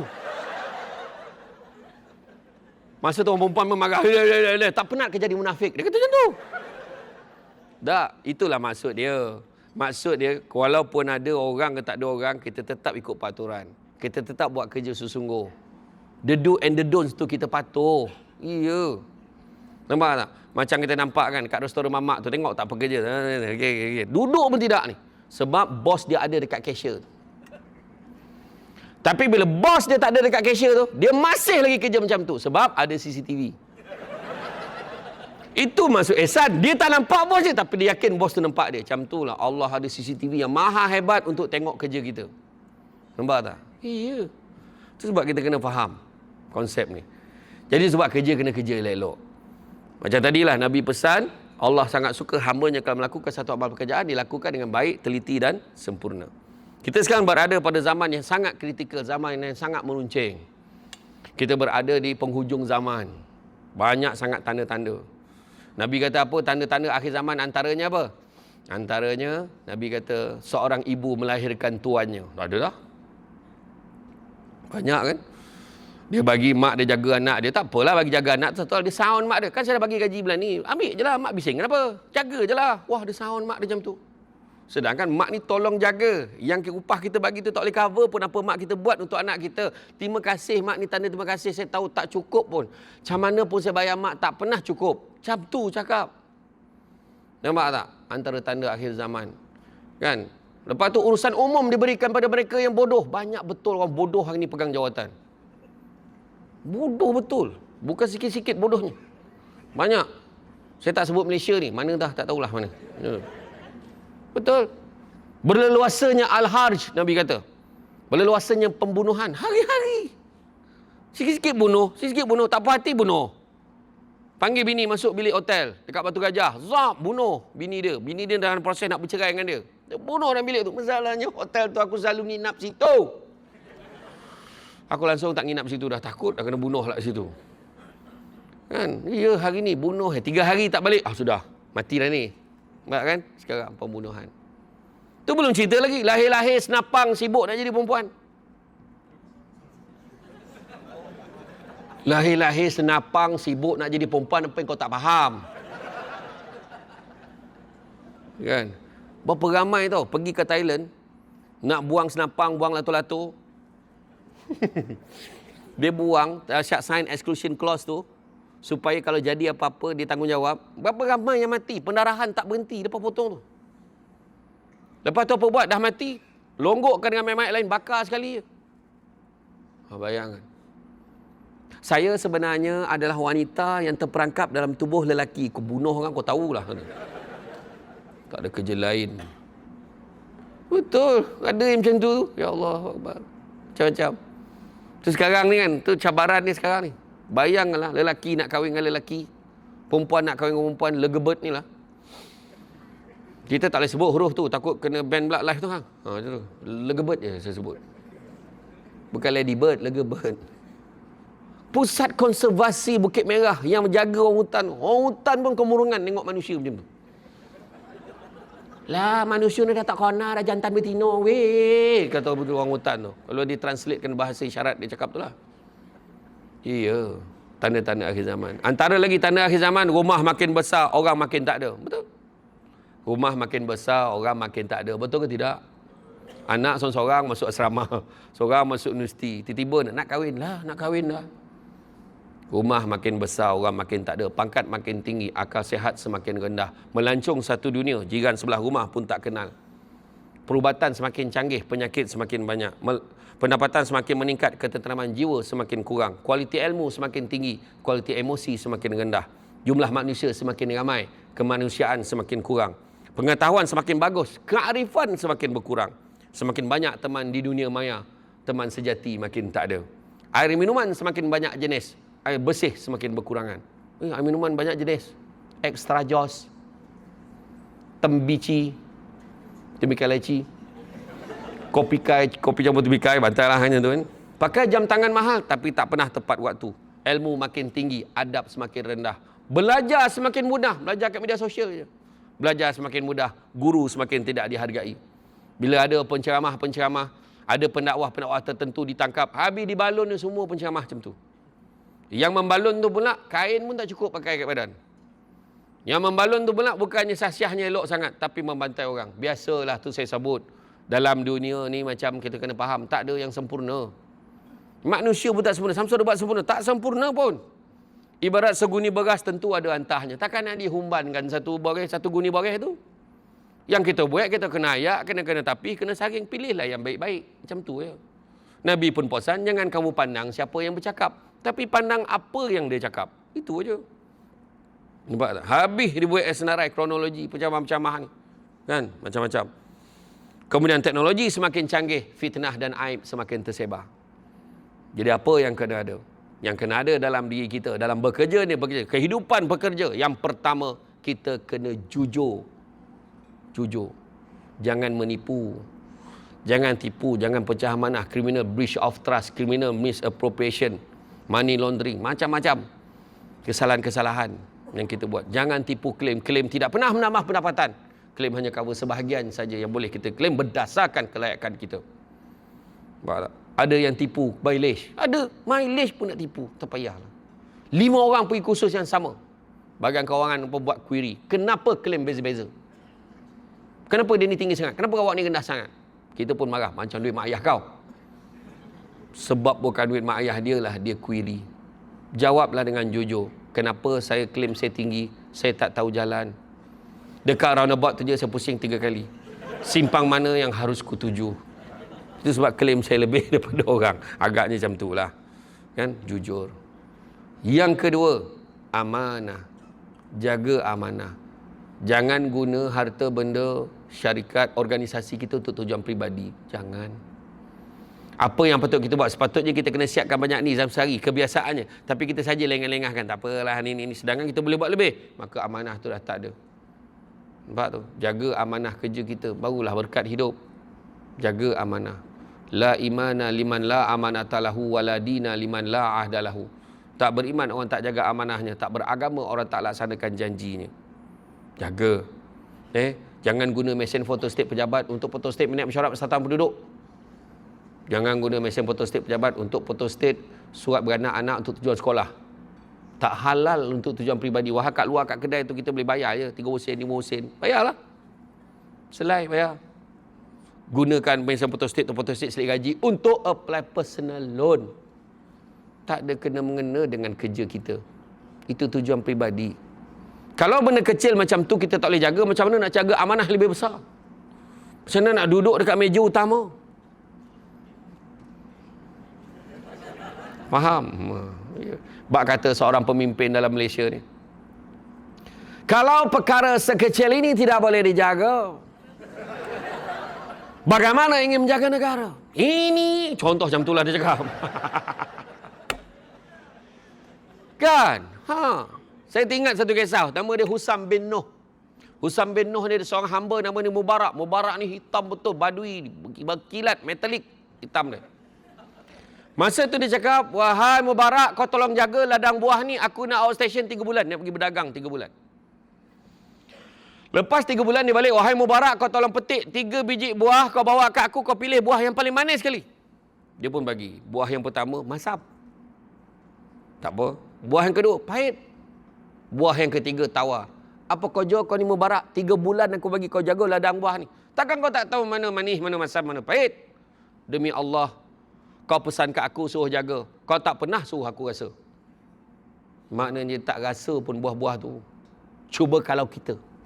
Bukan 3 bulan. 3 hari diberi peluang jaga ladang musangking. Kau rasa? Mainlah senyap, kebetulan jaga. Mainlah senyap. Main bola prop makan sesama. Agaklah. Nak tunjuk itu maksud amanah. Nampak Jaga amanah kerja kita. Tuan-tuan lebih tahulah dengan tahap lebih besar. Tempat yang besar, orang lain boleh siap dalam tahun, setahun, 2 tahun boleh siap kerja tu. Yang you all kena makan masa sampai 4-5 tahun. Saya difahamkan sinilah pusat refinery yang terbesar dekat Malaysia ni. Baru saya tahu. Kan? Bukan sahaja terbesar, terjauh pula tu. Kenapa lah ceramah jauh hari ni aku tu? Macam tu lah kan. Amanah datang, dah janji datang. Booking tahun lepas pula tu. Kan? Ustaz Lokman, booking tahun lepas je?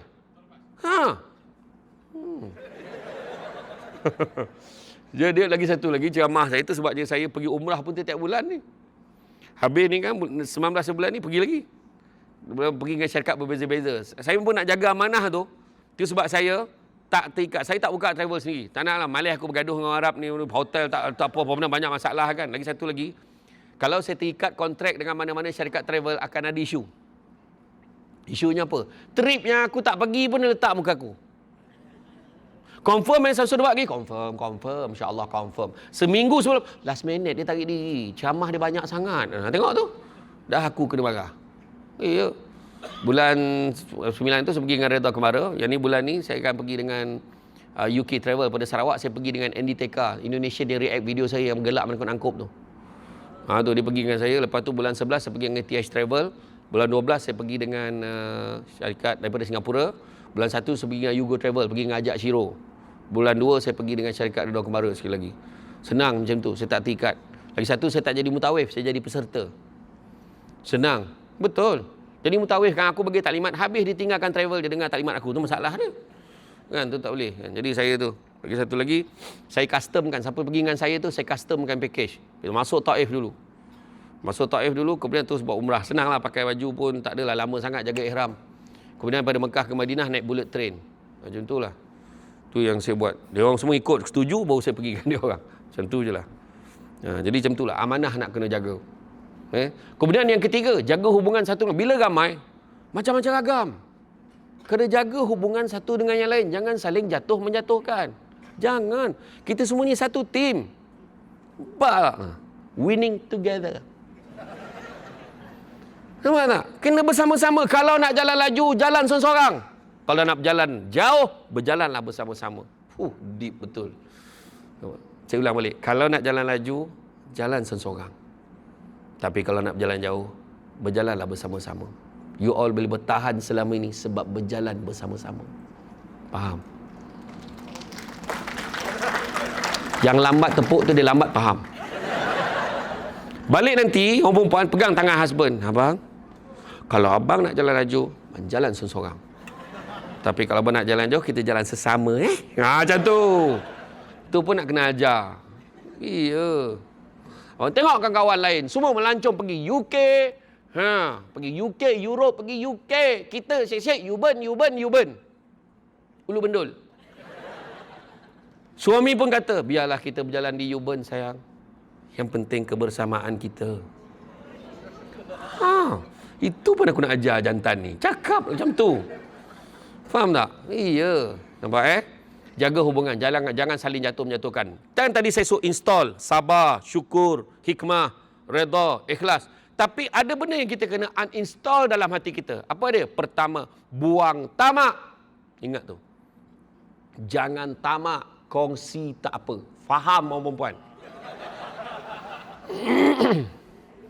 Orang perempuan, saya tanya, jangan tamak, kongsi tak apa. Faham tak? Dia ada beza faham dengan setuju. Saya tanya, faham tak?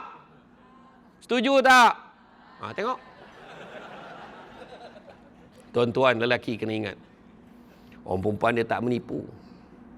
Dia tak membohong, dia tak mencuri, dia tak merompak, tak membunuh, tak apa. Tapi dia satu benda dia tak boleh buang dalam hati dia.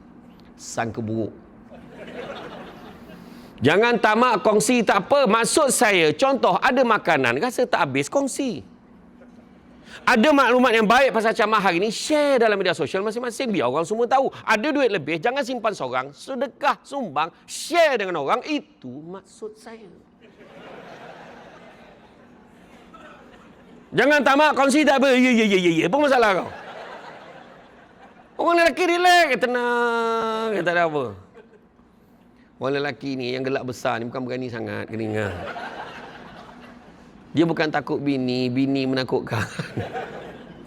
Ingat tak ada satu raja tu, dia takut dengan permaisuri dia dekat negara Pasir Berdengung. Dia takut betul dengan bini dia, permaisuri dia. Dia panggil semua lelaki dalam negara dia. Siapa yang takut isteri, berdiri belah kanan better. Semua pergi belah kanan. La ilaha illallah, semua takut. Pandang sebelah kiri, nasib baik ada seorang siap peluk tiang lagi. Kamu, kemari. Apa pula? Tuanku nak jumpa. Tuanku lah turun. Punya beraninya, raja dia suruh turun tau. Dia nak dapat tips ni pasal dia turun. Sekarang kau ajarlah macam mana cara nak lawan bini better. Apa pula? Patik pun takut bini. Apa pasal kau tak pergi belah sana? Bini Patik dah pesan. Jangan pergi mana-mana. Tunggu sampai dia sampai. Lagi teruk takutnya tuan. Lagi teruk takutnya. Bayang lah. Raja nyarahan pun dia tak dengar.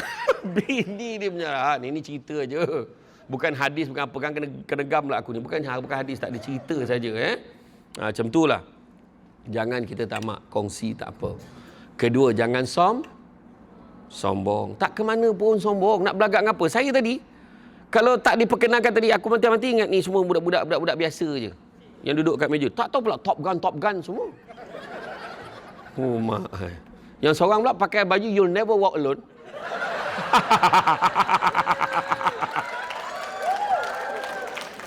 Dah. Macam ni lah, minta maaf lah. Tak apalah, seri pun okey. You all kan. Dah. Saya baru ceramah hari tu dekat Flora Damansara. Tajuk ceramah kuliah maghrib tu, YNWA. You're nothing without Allah. AJK suruh malam tu semua pakai je Liverpool. Rupanya semua penyokong Liverpool rupanya. Ya Allahu Akbar. Nampak macam mana? Penyokong Liverpool ni menyokong Liverpool ni religiously. Nampak macam mana? Kita kalau... Tak, penyokong Liverpool ni dia satu je. Kalah ke dia tak ada baling jersey atas bumbung. Tak ada. Mana Liverpool tu? Tak adalah. Jangan. Ramai yang berdarah ni. Tak sah cerita. Kan? Okey. Sementara tengah di atas ni, bolehlah cakap kan? Macam tu. Jadi macam tu lah. Jadi jangan sombong. Nak sombong apa? Dulu penyanyi tu, menyanyi. Ya Allah, dia tarik sampai ke langit note dia. Tiba-tiba masuk Gegar Vaganza, minta nyawa nyanyi lagu sendiri. Lagu sendiri pun tak boleh nyanyi ni. Kalau dia paksa juga tarik sampai ke langit, dengan dia ke langit. Dulu berlakon watak hero, sekarang watak driver. Dulu berlakon watak heroin, dalam majalah URTV, Pusat Tengah jadi poster. Sekarang watak jadi orang gaji, saya cakap Indon lagi. Dah tak ada watak dah untuk dia. Nampak tak? Itu sebab saya tak tengok sangat lah. Drama Melayu ni pun tak tengok lah. Minta maaf lah. Baru nak tampar, bersambung. Oh, aku memang tak tahan tengok drama macam tu. Allah, lembab betul cerita ni lah, bersambung pula kau. Lepas tu besok perempuan kat pejabat boleh bincang tu. Kau rasa sampai tak penampar dia? Dia ulas kan? Ya Allah Akbar. Satu lagi malam raya. Aku heran lah. Drama Melayu raya ni. Kalau tengok drama, kalau di Pavali kan malam raya mesti happy. Macam mana bergaduh pun lalas datang. Ya ramah. Kolam menyanyi. Pak joget sesama, pesta sesama dah balik. Ya. Kalau kita tengok filem Cina pun sama tu juga. Kongsi ni lepas tu cerah. Ingat Jackie Chan dia penutup tu dia berjoget. Dia happy semua dengan ada angpau dengan apa. Happy sesama. Drama Melayu kau tengok. Tak merdeka mati. Tu je. Janganlah kau tengok tak ponok buruk tu. Yang dia naik apa tu kan? Bukan pakai enjin pun. Pakai tangan. Yang kau pergi corner masuk dalam sawah tu kenapa? Menangkup dia tak mati. La ilaha illallah aku kata. Macam nak? Tengah kacau-kacau dodol ngantuk menangkup masuk dalam dodol mati. La ilaha illallah, cubalah. Kalau ayat dia macam ni kan, mak. Besok kalau dapat makan rendang ni tentu seronok kan. Tu nak mati tu kau tak tengok dah, tak tengok. Sakit jiwa aku. Tu sebab kalau aku tengok filem ni, aku tengok filem Tamil. Filem Tamil dia boleh mengasah critical thinking. Sebab kau takkan boleh hagak ending dia macam mana. Ikut hukum tu mati dah. Dia orang tagak lagi macam tu. Kau bayang lah. Tu cerita Tamil tu. Ya. Betul. Rupa-rupanya ada sejarah tau. Saya kaji tu. Filem Tamil dulu. Hero dia nama dia MGR dulu. Kemudian pernah satu ketika. Kan orang masyarakat di India. Dia dulu banyak yang kerja berat. Jadi dia berhibur tu dia tengok wayang. Bila tengok movie. Entah macam mana ada satu filem tu. MGR hujung tu mati.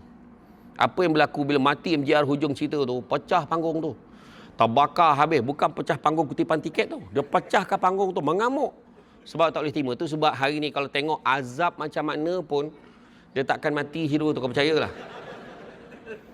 Tak boleh lawan. Kau tengok Man of Steel. Superman. Dia lawan 4 orang daripada planet Krypton tu. Kau banding dengan Rajini. 3 lori tu.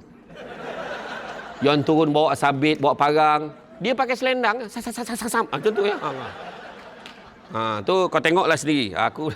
Bini aku macam bising. Bang, orang dah tak tahu dah ni rumah orang India ke orang Melayu bang. Bila pasang cerita tu kan kuat kan. Tak apalah. Macam mana. Ya, jadi jangan kita sombong. Tak ke mana pun. Betul tak? Sampai masanya kita akan pencin. Kuat berapa lama pun kita akan pencin. Macam mana kuat kita akan lemah. Ingat tak bila Nabi Yaakob dia bersahabat dengan malaikat maut tau. Nabi Yakub. Dia satu lagi kisah Nabi Idris pun dia baik dengan malaikat maut. Tapi Nabi Yakub ni, setiap kali malaikat maut datang, boleh kita tengok dalam kitab muka Syafatul Qulub daripada Imam Al-Ghazali. Setiap kali datang, kau datang nak ziarah aku ke nak cabut nyawa aku? Sungguhnya aku datang nak ziarah engkau, wahai Yakub. Kau datang nak cabut nyawa aku ke nak ziarah aku, wahai lain tak? Aku datang nak ziarah engkau. Cuba kalau gitulah dapat kawan dengan malaikat maut. Macam? Duduk kat meja belakang, relax kan kita belakang. Yang meja depan menanya, siapa tu? Siapa? Tak kenal siapa? Ni malaikat maut tu. Cabut nyawa kau kan? Macam tu. Macam tu lah kalau kita dapat kawan malaikat maut. Silap-silap menteri pun kontak kita. Tolonglah cek aku bila. Agak macam tu lah kan. Ya, tapi apa Nabi Yakub beritahu apa? Wahai malaikat maut, aku nak tanya, aku nak minta tolong satu perkara. Kau khabarkanlah apa dia sebelum cabut nyawa aku. Janganlah kau tahu cabut, bagilah tanda-tanda dulu. Maka kata malaikat maut, jangan risau wahai Yakub, aku akan bagi paling kurang pun 2 atau 3 utusan aku bagi kat kau. 2 atau 3 utusan. Jadi seronoklah Nabi Yakub. Tak lama lepas tu tanya lagi, kau datang nak ziarah aku ke nak cabut nyawa aku? Ziarah engkau. Nak ziarah engkau. Sampailah satu hari, sesungguhnya hari ini aku datang, aku nak cabut nyawa engkau. Nabi Yakub pun tanya, apa cer? Itu ayat saya lah. Dia tak cakap macam tu. Maksudnya kenapa? Apa hal pula? Bukankah kau cakap dulu nak bagi 2 atau 3 utusan? Sesungguhnya aku dah bagi dah 2 atau 3. Aku dah bagi 3 utusan kat engkau. Apa utusannya? Yang pertama, badan kau yang tegap sudah mula menjadi lemah. Dah ada belum tanda tu? Badan kau yang tegap sudah mula menjadi lemah. Dah ada belum tanda tu? Dulu bawa kereta straight sampai KL. PJJ. Kan? Sekarang berhenti kejap kat tapak. Berhenti kejap kat air keruh. Berhenti kejap. Menguap, baring kejap, sambung. Maknanya dah lemah. Tak kuat dulu dah. Kedua, badan kau yang tegak sudah mula menjadi bongkok. Dah ada belum? Dah ada. Dan yang ketiga, rambut kau yang hitam sudah mula menjadi putih. Dah ada ke belum? Kalau cukup 3-3, standby. Soalan bocor. Bila-bila dah ni? Bila-bila dah ni? Macam tu. Faham? Jadi, jangan sombong. Jangan terpedaya dengan muda sebab mati tak syarat tua. Jangan terpedaya dengan sehat sebab mati tak syarat sakit. Kerja elok-elok. Faham? Ada orang tu jalan elok, pap-pap jatuh dalam lubang. Dalam gila. Gila pun tak dalam macam tu. Oh ingat ni confirm mati ni. Confirm mati weh, dalam gila lubang ni. Jabatan bomba nak penyelamat pun tarik. Tengok nadi dia ada lagi. Hidup lagi dia. Kemudian bagi kes. Dia sedar. Bang. Pakai bomba cakap bang steady bang. Kenapa? Abang jatuh dalam lubang. Dalam gila bang. Ya ke? Mana lubang tu? Dia tinjau lubang tu langsung mati. Tadi jatuh tak mati tu. Dia nengok lubang tu mati. Terperanjat dia nengok lubang tu dalam betul. Jadi jangan kita sombong. Tak ke mana pun. Belagak. Kalau main-main, ini kopiah ni. Katalah ni kopiah. Aku beli dekat Mekah ni, anak aku belikan. Jangan main-main. Balik tengok, jangan usik. Alah bagi tengok. Tengok je, jangan pakai. Dia pun tengok. Made in Taiwan. Cerita beli kat Mekah. Nak sombong dengan apa? Nak sombong dengan apa? Slipper mahal kat kaki je. Betul tak? Nampak tak? Nak sombong dengan cantik. Berapa lama cantik? Untunglah kau, laki kau handsome. Apa yang untung laki handsome? Cakap. Apa untungnya lelaki handsome? Biarlah suami kita tidak setampan Fatah Amin, Aaron Aziz ataupun Mah. Penceramah. Aku tak cakap aku, ramai lagi penceramah kalau tu. Biarlah isteri kita tidak secantik Fazura Luna Maya, Maya Karin Nilofa. Syukurlah sekurang-kurangnya. Bila tutup lampu, sama. Kau ingat Nilofa tu tutup lampu menyala muka? Tak ada dah. Iya, tutup lampu gelap. Raba-raba terasuk. Sudah banyak cerita. Betul tak? Itu je syukur. Betul tak? Jangan sombong. Dan yang ketiga, jangan dengki. Dengki bahasa Melayu, bahasa Arabnya hasad. Penyeteruk di Malaysia ni, dua-dua pakai. Hasad, dengki. Apa maksud dengki? Dengki samalah ertinya. Kalau faham maksud dengki, kan orang cakap iri hatilah apa, tak puas hati. Dengar ni. Kalau faham maksud dengki saya ni, insya-Allah kita tak nak dengki dah. Dengki samalah artinya seolah-olah kita mempersoalkan apa yang Tuhan dah tentukan untuk orang lain. Itulah dengki. Untunglah gaji dia tinggi. Kalau orang lain dapat satu kelebihan dan kegembiraan, kita tak rasa apa-apa, makna dengki dah ada. Saya ulang balik. Kalau orang lain dapat satu kelebihan kejayaan dan kita tak rasa apa-apa, makna dengki dah ada. Contoh, dengarnya bos kita dapat pergi haji tau ni. Dengar tu. Dengar-dengar kawan kita dapat naik pangkat. Baguslah. Tak kata siapa. Dengki dah ada. Dengar-dengar dia beli kereta baru. Yalah, buat loan senang sekarang ni. Dengar-dengar anak dia dapat semua A, peksa baru ni. Yalah. Semalam Kementerian Umum kan ada 2,000 orang kan depan. Mana anak dia salah seorang kot. Macam tu je. Tapi kalau ayat dia macam ni. Dengar-dengar bos kita dapat pergi haji tu ni. Tak apa kabel pakaiannya tu. Confirm dengki. Dengar-dengar dia naik pangkat. Tak apa dijilatnya bos tu. Confirm dengki. Dengar-dengar dia beli kereta baru. Tak apa dia dicuri duit deposit tu. Dengki. Dengar-dengar anak dia dapat semua A, peksa baru ni. Macamlah anak dia seorang pandai. Dia kata. Tapi sepatutnya macam mana? Dengar bos kita dapat pergi haji tu ni. Ya ke? Ya Allah, bestnya. Ya Allah, aku nak jumpa lah bos. Kalau bos pergi, jangan lupa doakan saya. Saya nak sangat pergi. InsyaAllah, tak ada masalah. Dah daftar belum? Belum. Macam mana aku nak pergi? Kau belum daftar. Siapa yang baru daftar hari ni, insyaAllah kalau tak ada apa-apa aral minta, boleh pergi pada tahun 2150. 3 kali mati hidup tak boleh pergi tu. Mati hidup. Belum. Mati balik. 3 kali. Dengar kawan kita dapat naik pangkat. Ya ke? Ya Allah, apa-apa hal boleh minta tolong dia. Happy. Dengar-dengar dia beli kereta baru. Ya ke? Dia dah rajin tumpang kawan naik kereta dia. Boleh kita tumpang naik kereta dia. Time isi minyak, bawa tidur. Kan bagus, happy macam tu. Dengar-dengar anak dia dapat semua A, peksa baru ni. Alhamdulillah dia juga anak staf kita yang pandai. Maknanya kerja dekat police camp ni tidak menghalang anak kita jadi pandai. Macam tu cara fikir. Winning together. Kan? Ini cepat je mulut tu. Tak berkabel pakainya tu. Kau dengar tak Abang Haji dulu yang pernah kerja dekat sini tu? Yang umur 85 tahun tu. Kenapa? Dia kahwin. Biarlah dia kahwin, kau tak dengar habis cerita ni. Kenapa bini dia umur 25? Terangkat songkok Suami 85, bini 25. Mana yang baik tadi? Alhamdulillah, dapat isteri yang tegap boleh jaga dia. Macam tu. Ini tak, malam pertama mati tu. Cuba elok sikit cakap. Ada je nak komplain orang. Aduh, kau tak puas hati sangat. Kau tanya dah perempuan tu. Dek, dia akan nak tanya sikit. Kenapa kau pilih Abang Haji tu? Bukan dah banyak umur ke? Macam mana saya nak cakap pertamanya Abang Haji ni romantik. Ambil kau, orang tu romantik. Dia pandai gurau. Kita makan bersuap tau. Alah, masalah sikit tu biasalah. Macam mana lah makan bersuap, masalah macam mana pula? Yelah, kadang bila suap tu, abang, itu telinga. Dia sini bang. Dia tak perasan telinga dengan mulut. Allah, siannya lah.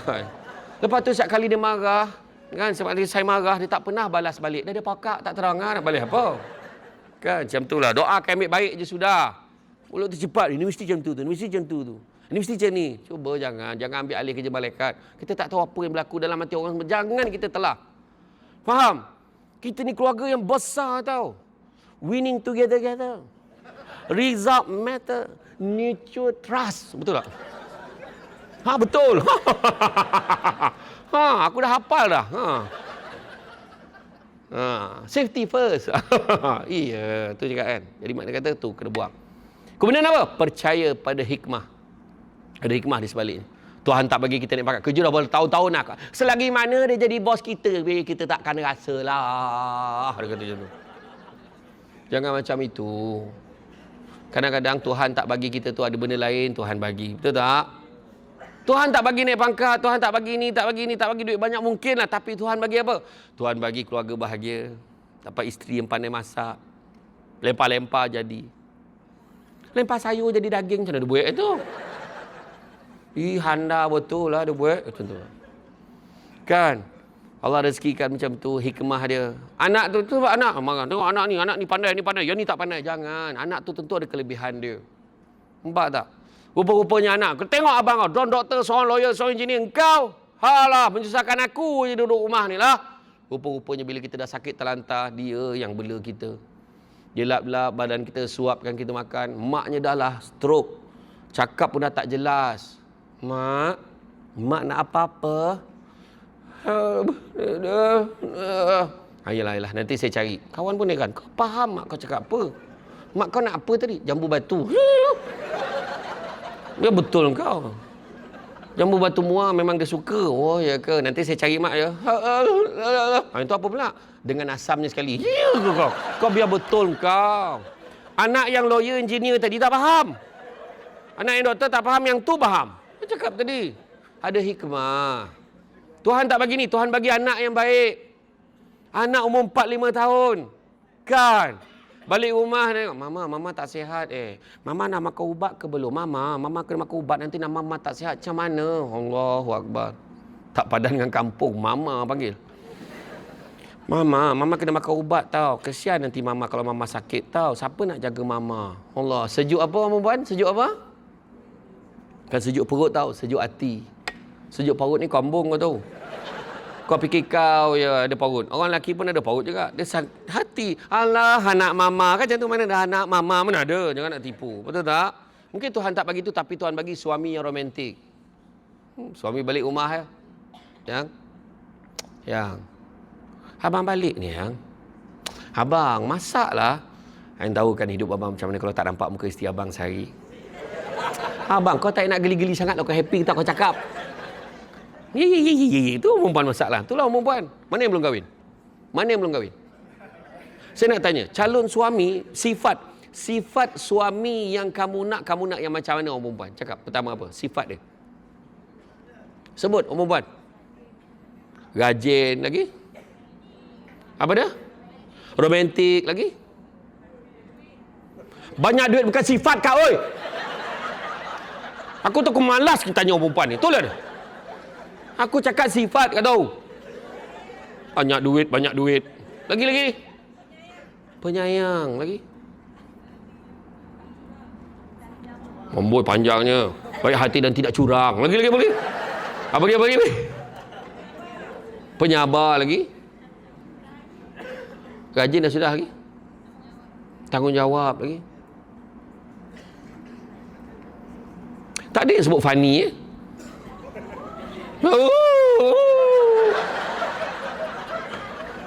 Lupa pula dia.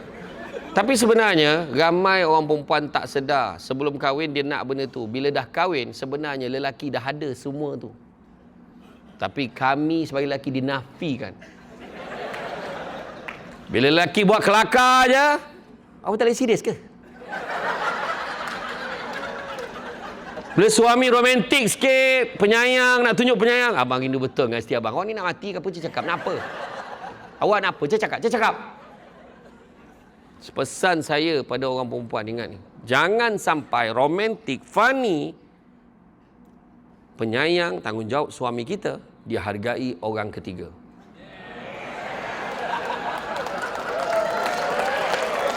Kau tak tahu tiba-tiba kat tempat kerja ada perempuan cakap, kan, sebenarnya, dah lama nak cek calon suami macam you. You ada complete package, you romantic, you sweet. Tapi I faham. You dah ada keluarga, you ada isteri, ada anak-anak. I sebolehnya tak nak mengganggu kebahagiaan rumah tangga orang lain. Tapi memang you ada semua tu. Kau tahu tak? Tiba-tiba suami kau jadi Jalaluddin Hasan. Well, you tidak ada katakan mengganggu rumah tangga I. Sebiji weh.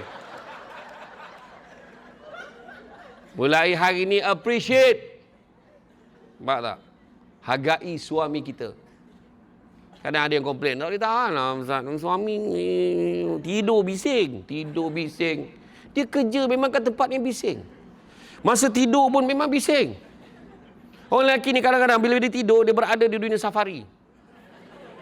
Dia menjema jadi rimau, jadi singa. Dia nampak rusa, dia kejar rusa tu.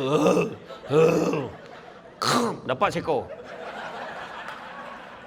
Dia panggil singa dengan rimau yang lain. Dia panggil yang lain.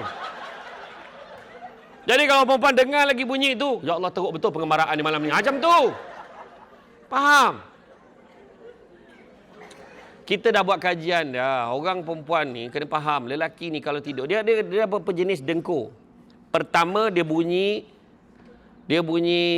mengasah gigi. Krik, tajam gigi ni karang. Ada yang bunyi ngunyah. Ada nak pula yang duduk dekat sini kan, dekat dengan pelabuhan ni semua. Ada bunyi sombong kapal pun ada.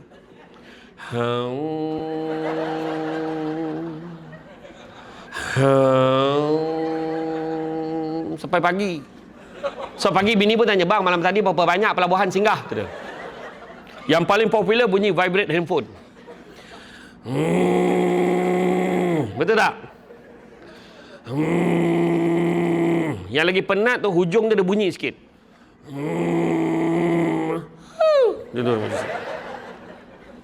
Yang lagi penat hujung tu dia cakap bahasa Rusia sikit.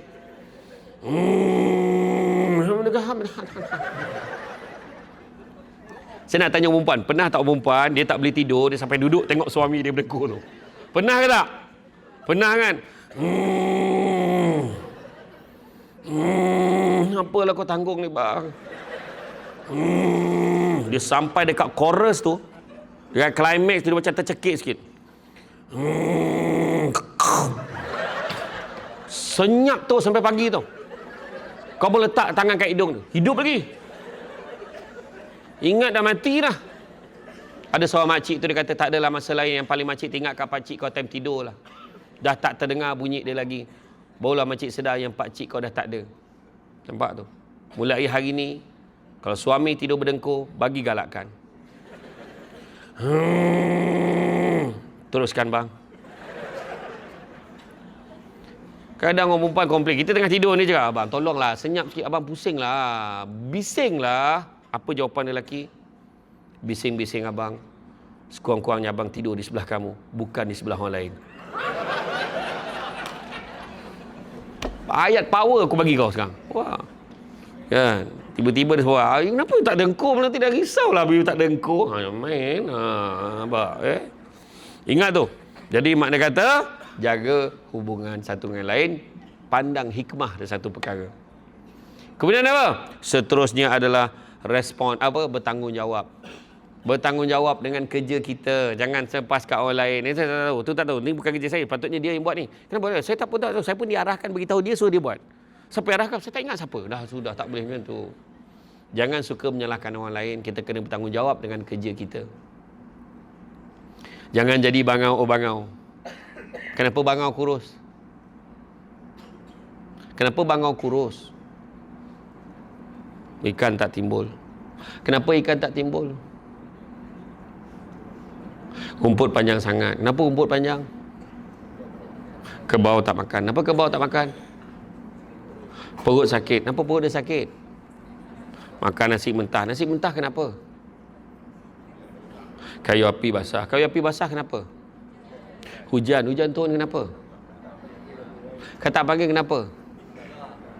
Jadi pada meja pengurusan tertinggi, bolehlah buat dah report bangga sebab mereka hafal lagi lagu tu. Saya saja cuba tadi beria engkau jawabnya ya. Berkerut muka dia, lepas ni apa. Tapi dalam lagu tu sebenarnya jangan menyalahkan orang, tanggungjawab. Kan, tanggungjawab. Dalam banyak-banyak binatang dalam tu ada satu binatang yang paling gentleman namanya ular. Dia tanya pada ular, kenapa kau nak makan katak? Ular jawab 3 kali ulang sambil merenung tepat pada mata yang bertanya. Memang makanan aku. Dan ada lagi jawapan yang audio yang hujungnya tu dah dipadamkan oleh Jabatan Akib Negara. So what? Dia kata. Jadi lepas ni macam tu lah tanggungjawab. Kenapa tak siap kerja? Minta maaf tuan. Sepatutnya saya kena siapkan semalam. Saya minta maaf sangat. So sekarang tuan nak saya buat apa? Itu je. Tanggungjawab. Faham? Sebab anak kita ikut panggil kita. Kenapa saya rokok? Ayah hisap. Kenapa sekolah sini? Mak suruh. Kenapa tak siap kerja? Dia ambil buku saya, cikgu. Kenapa kamu ambil buku dia? Dia bagi. Kamu bagi kenapa? Dia minta. La ilaha Allah, pening kepala. Tak settle macam tu. Faham? Itulah orang lelaki lakukan selama ni. Bertanggungjawab. Orang lelaki kalau bergaduh dengan isteri, ingat kalian lelaki, bila bergaduh dengan isteri, kamu tidak selayaknya menggunakan perkataan pengorbanan. Tak boleh. Yang layak berkorban, perempuan aja. Faham? Perempuan. Saya dah banyak berkorban untuk keluarga ni. Saya buat itu, saya buat ini. Abang tahu tak? Saya lahirkan anak untuk abang, saya masak untuk abang. Pengorbanan yang saya buat. Habis abang pergi kerja tu, abang berkorban juga. Itu tanggungjawab. Abang dah cakap dah, tak boleh. Kita tak boleh korban tuan, tak boleh. Tanggungjawab aja. Faham tak? Tapi orang perempuan saya pesan, pahala you all banyak sangat. You all senang masuk syurga tau. Tapi jangan mengungkit malaikat padam. Saya masak hari-hari untuk abang, malaikat padam, pahala masak hari-hari. Saya lahirkan 7 anak tu abang. Bayangkan pahala beranak 7 orang, habis. Tu yang muflis tu, tengok oleh lelaki. Mana dia ungkit? Sebab dia tak tahu nak ungkit apa. Apa pula aku nak ungkit ni? Diam je lah, macam tak ada jasa je aku ni. Macam tu lah. Kemudian respon positif. Nampak tiba-tiba ada pengumuman daripada pihak pengurusan tertinggi dekat notis board tu mulai beberapa bulan. Semua staf Prefcam ni tidak dibenarkan begini. Semua staf hendaklah macam ni. Semua staf tidak dibenarkan bla bla bla bla. Hendaklah macam ni. Adalah yang marah dekat notis tu. Sudahlah. Menyusahkan orang eh.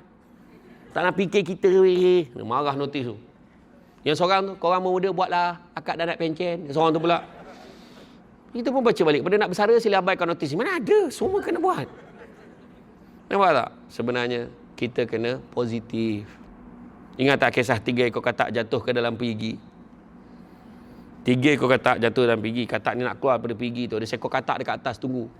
Katak pertama lompat. Katak kata, jangan tinggi ni. Mati kau nanti. Jangan. Mati kau nanti. Jatuh katak pertama. Mati.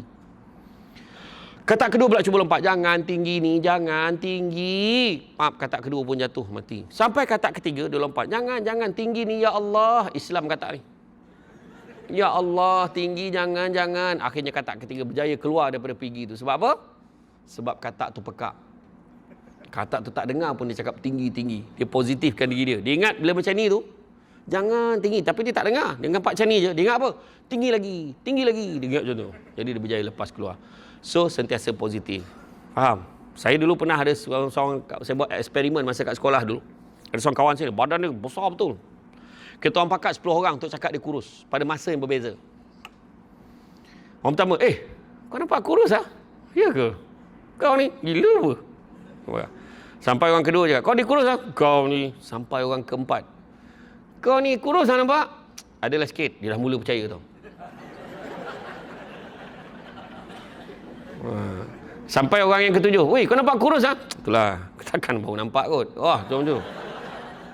Sampai saya orang yang ke-10 nampak kesimpulan ni. Saya, jap. Betul tak? Apa kau nampak kurus? Nanti aku ajar kau caranya. Dia dah confident, nampak tak? Dia nak ajar pula cara macam mana.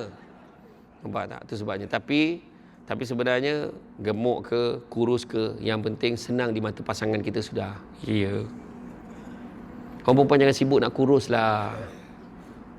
Tanya suami dulu, bang kalau saya kurus sikit okey tak? No. Please maintain. Ada suami dia suka dengan saiz kita tu. Sebab bila dia peluk tu, sedap macam tu. Ya. Ni macam peluk tiang elektrik tu. Ya. Kenapa perempuan nak kurus? Kenapa nak kurus? Sebab nak sihat, produktiviti, kerja saya segar. Okey. Kadang saya nak kurus je lah biar lawa sikit kan. Percaya cakap saya, cantik dan kurus tak ada kaitan. Kalau dah muka kau tak boleh belah tu, tetap tak boleh belah. Kau tahu, kau ingat tu. Macam tu je ayat aku. Janganlah kecil hati. Benda tu kan saya cakap kecantikan tu subjektif. Cantik kat suami kita sudahlah. Kan? Kau berjaya cantik nak datang program Samsul Debat. Kat rumah kau. Aku kan tak tahulah passion kau kat rumah. Saya kat rumah kau buang tudung kau. Kau kembang kan. Zap kau pakai baju binatang tu. Mula cari habitat. Lepas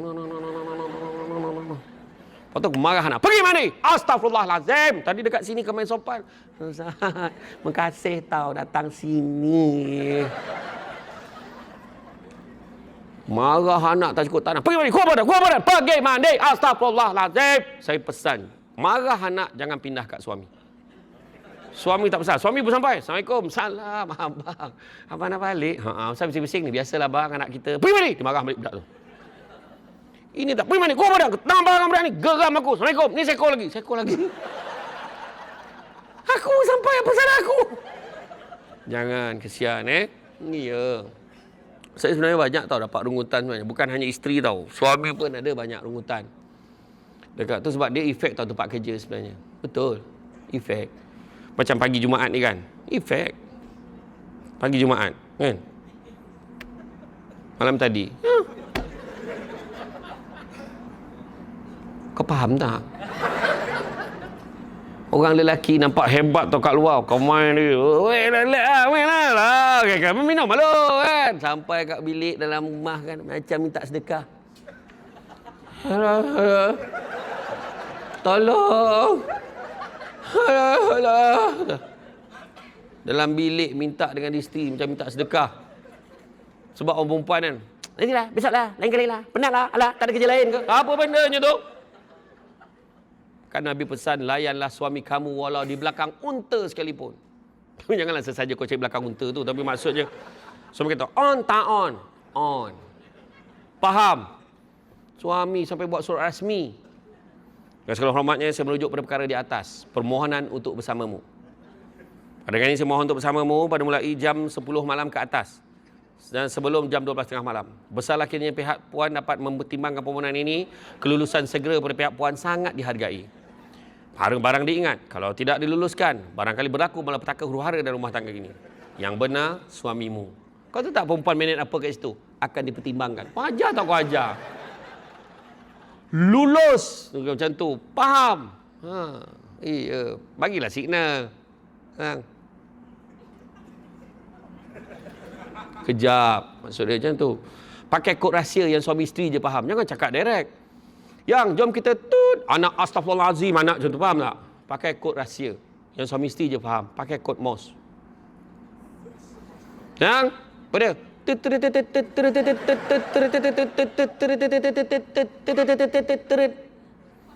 Isteri punya okey. Macam tu. Tapi kau jangan pakai kod yang sama setiap hari, takut anak perasan.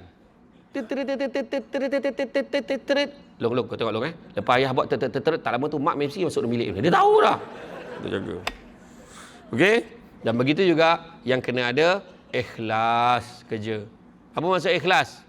Buat sesuatu tidak mengharapkan balasan, wa imma perkataan terima kasih pun tidak diharapkan. Nampak? Tapi orang kita ni pelik sikit. Aku tolong dia ikhlas, dia terima kasih pun tidak. Mana tak ikhlas lah tu? Faham tak? Yang paling mendalam masuk ikhlas sebenarnya. Contoh kalau tengok orang tua dulu. Makasihlah Jah, kau tolong aku kena gini. Kan ada lah kau sikit aja ni. Kena marah pula terima kasih tu. Itu ikhlas. Nampak tak? Yang paling mendalam masuk ikhlas adalah buat sesuatu tidak mengharapkan pengiktirafan manusia. Yang kita harapkan hanyalah daripada Allah semata-mata. Kita buat macam-macam. Tuhan bagi macam-macam kat kita. Akhirnya, dalam hidup kita jangan sibuk nak kejar kaya. Tapi kejarlah bahagia.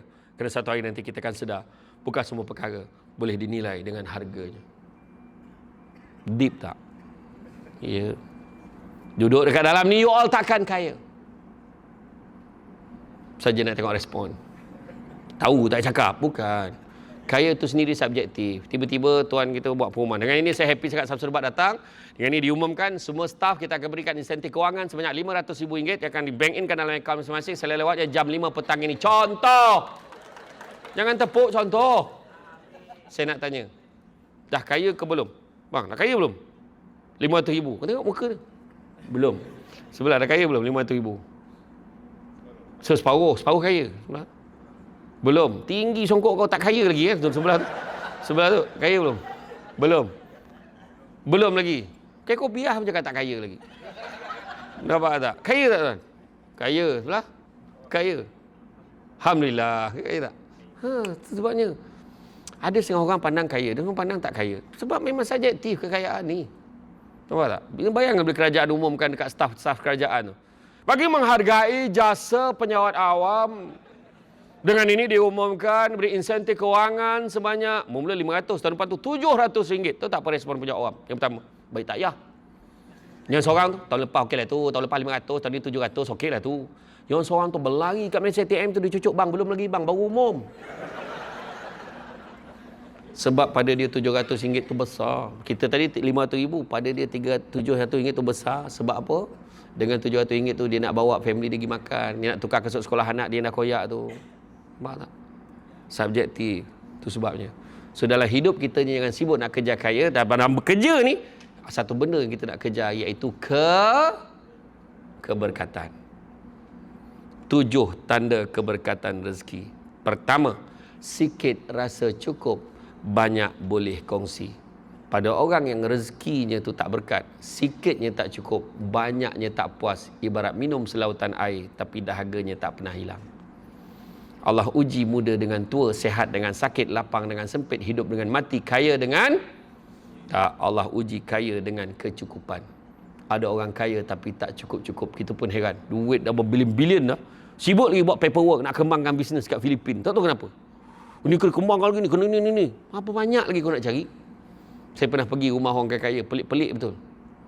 Saya pergi ada satu rumah orang kaya kat Petaling Jaya tu. Besar betul rumah Datuk Seri ni. Mesti mahal kan? Tak adalah. Masa saya beli dulu murah lagi. Masa tu baru 4 juta. Aku salah tanya ke dia salah jawab. Saya cakap, baru 4 juta. Saya pergi dekat PKNS masa musim PKPB dulu. Ceramah kan jarak kursi kan. Ustaz nak beli rumah ni tengah murah ni Ustaz. Berapa? 1.6, 1.7. Kau hilang akal ke cakap dengan aku jam tu? 1.6 juta sampai 7 juta murah kat dia. Kemudian saya pergi kat rumah satu datuk ni. Lepas ceramah dia bagi saya makan kopok tu. Ustaz rasa kopok ni sedap tak? Sedap lah kopok ni. Itulah. Isteri saya pun cakap sedap. Tu yang kita beli kilang tu. Apalah kau beli kilang dia? Kalau sedap kau beli banyak bagi semua rasa, sudahlah. Tapi itulah bahasa. Dia bukan sombong, tapi bahasa dia.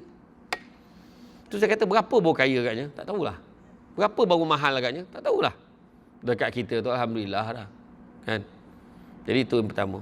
Yang kedua, tanda keberkatan rezeki. Rumah tangga rasa bahagia.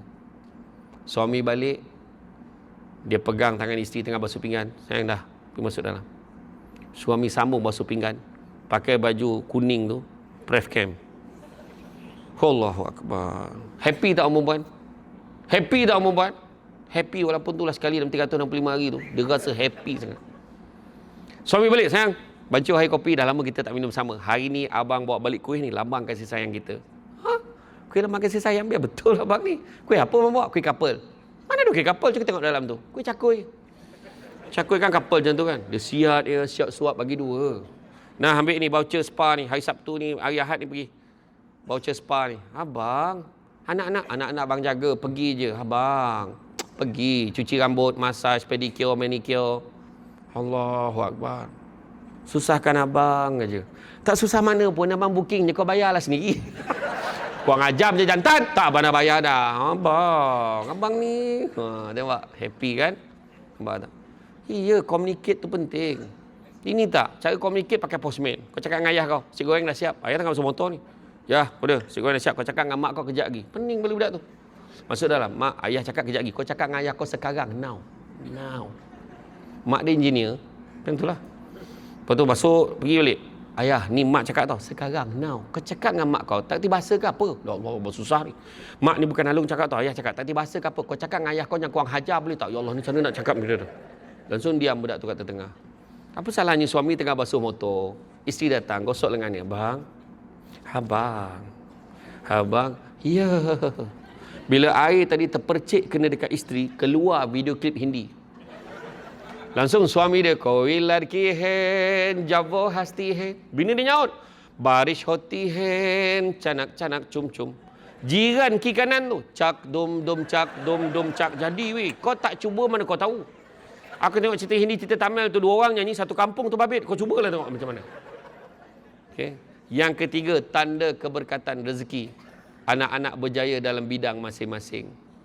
Anak dapat graduate cemerlang dekat universiti. Anak dapat nombor 3 daripada 50 orang dalam kelas.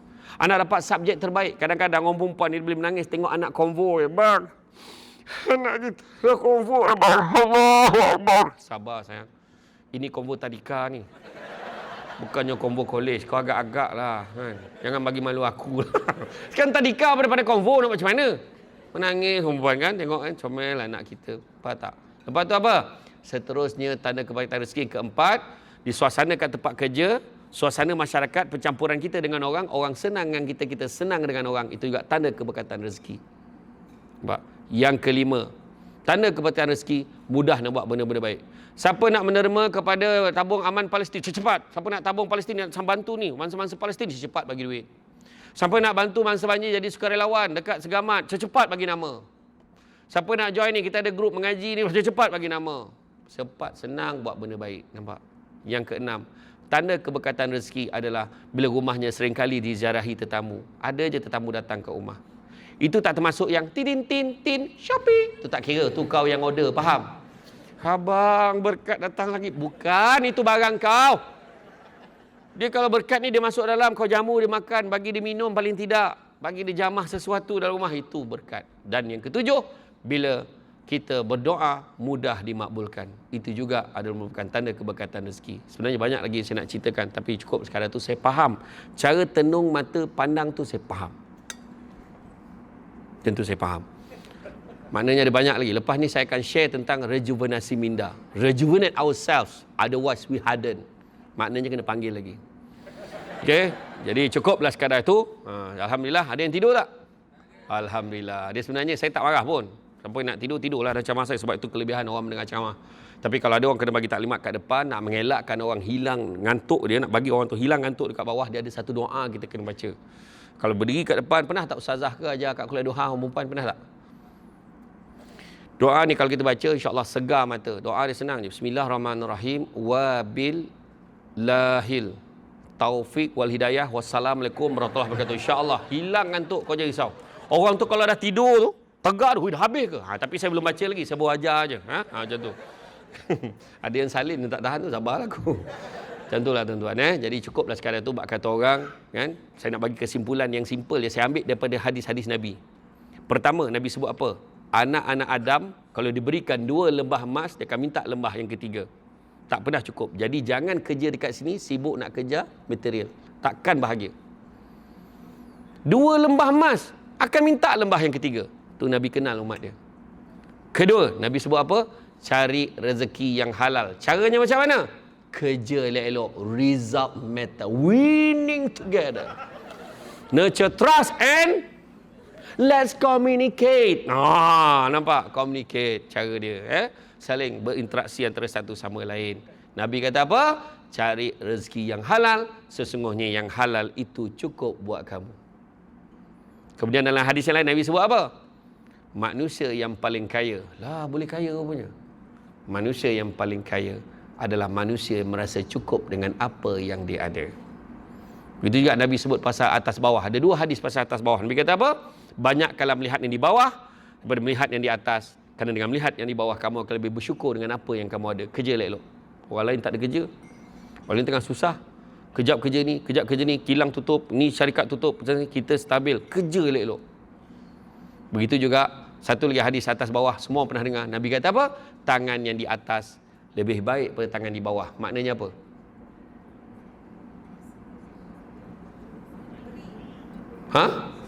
Memberi. Memberi lebih baik daripada menerima. Nabi tak pernah sebut menerima lagi baik daripada memberi. Kenapa? Itulah contoh paling senang, mak kita lah. Dia beri kat kita, bagi makan, bagi belanja, apa, usahakanlah macam mana bagi. Akhirnya kalau kita tengok mak kita dapat kebaikan bila dia dah tua, kita macam-macam berebut-rebut nak berbakti kat mak kita. Nampak tak? Kerja je elok-elok dekat sini. Jangan kita pandang tak naik pangkat, jangan pandang duit, jangan pandang melancong, jangan pandang tu.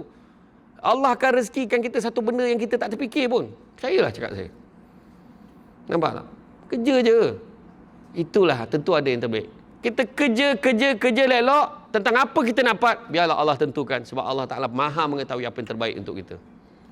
Allah bagi kita keluarga bahagia. Allah bagi cepat kahwin, rezeki juga. Jambatan ni pendek, cepat kahwin. Ada tu jambatan ni panjang, lambat kahwin, rupanya dapat jodoh yang terbaik. Ada tu jambatan ni pendek, banyak kali pula tu pun ada. Ada orang tu langsung tak ada jambatan, langsung tak kahwin. Sebab Allah rezekikan dia untuk jaga mak ayah dia sampai ke akhir hayat. Semua ada rezeki masing-masing. Faham Jadi cukuplah sekadar tu.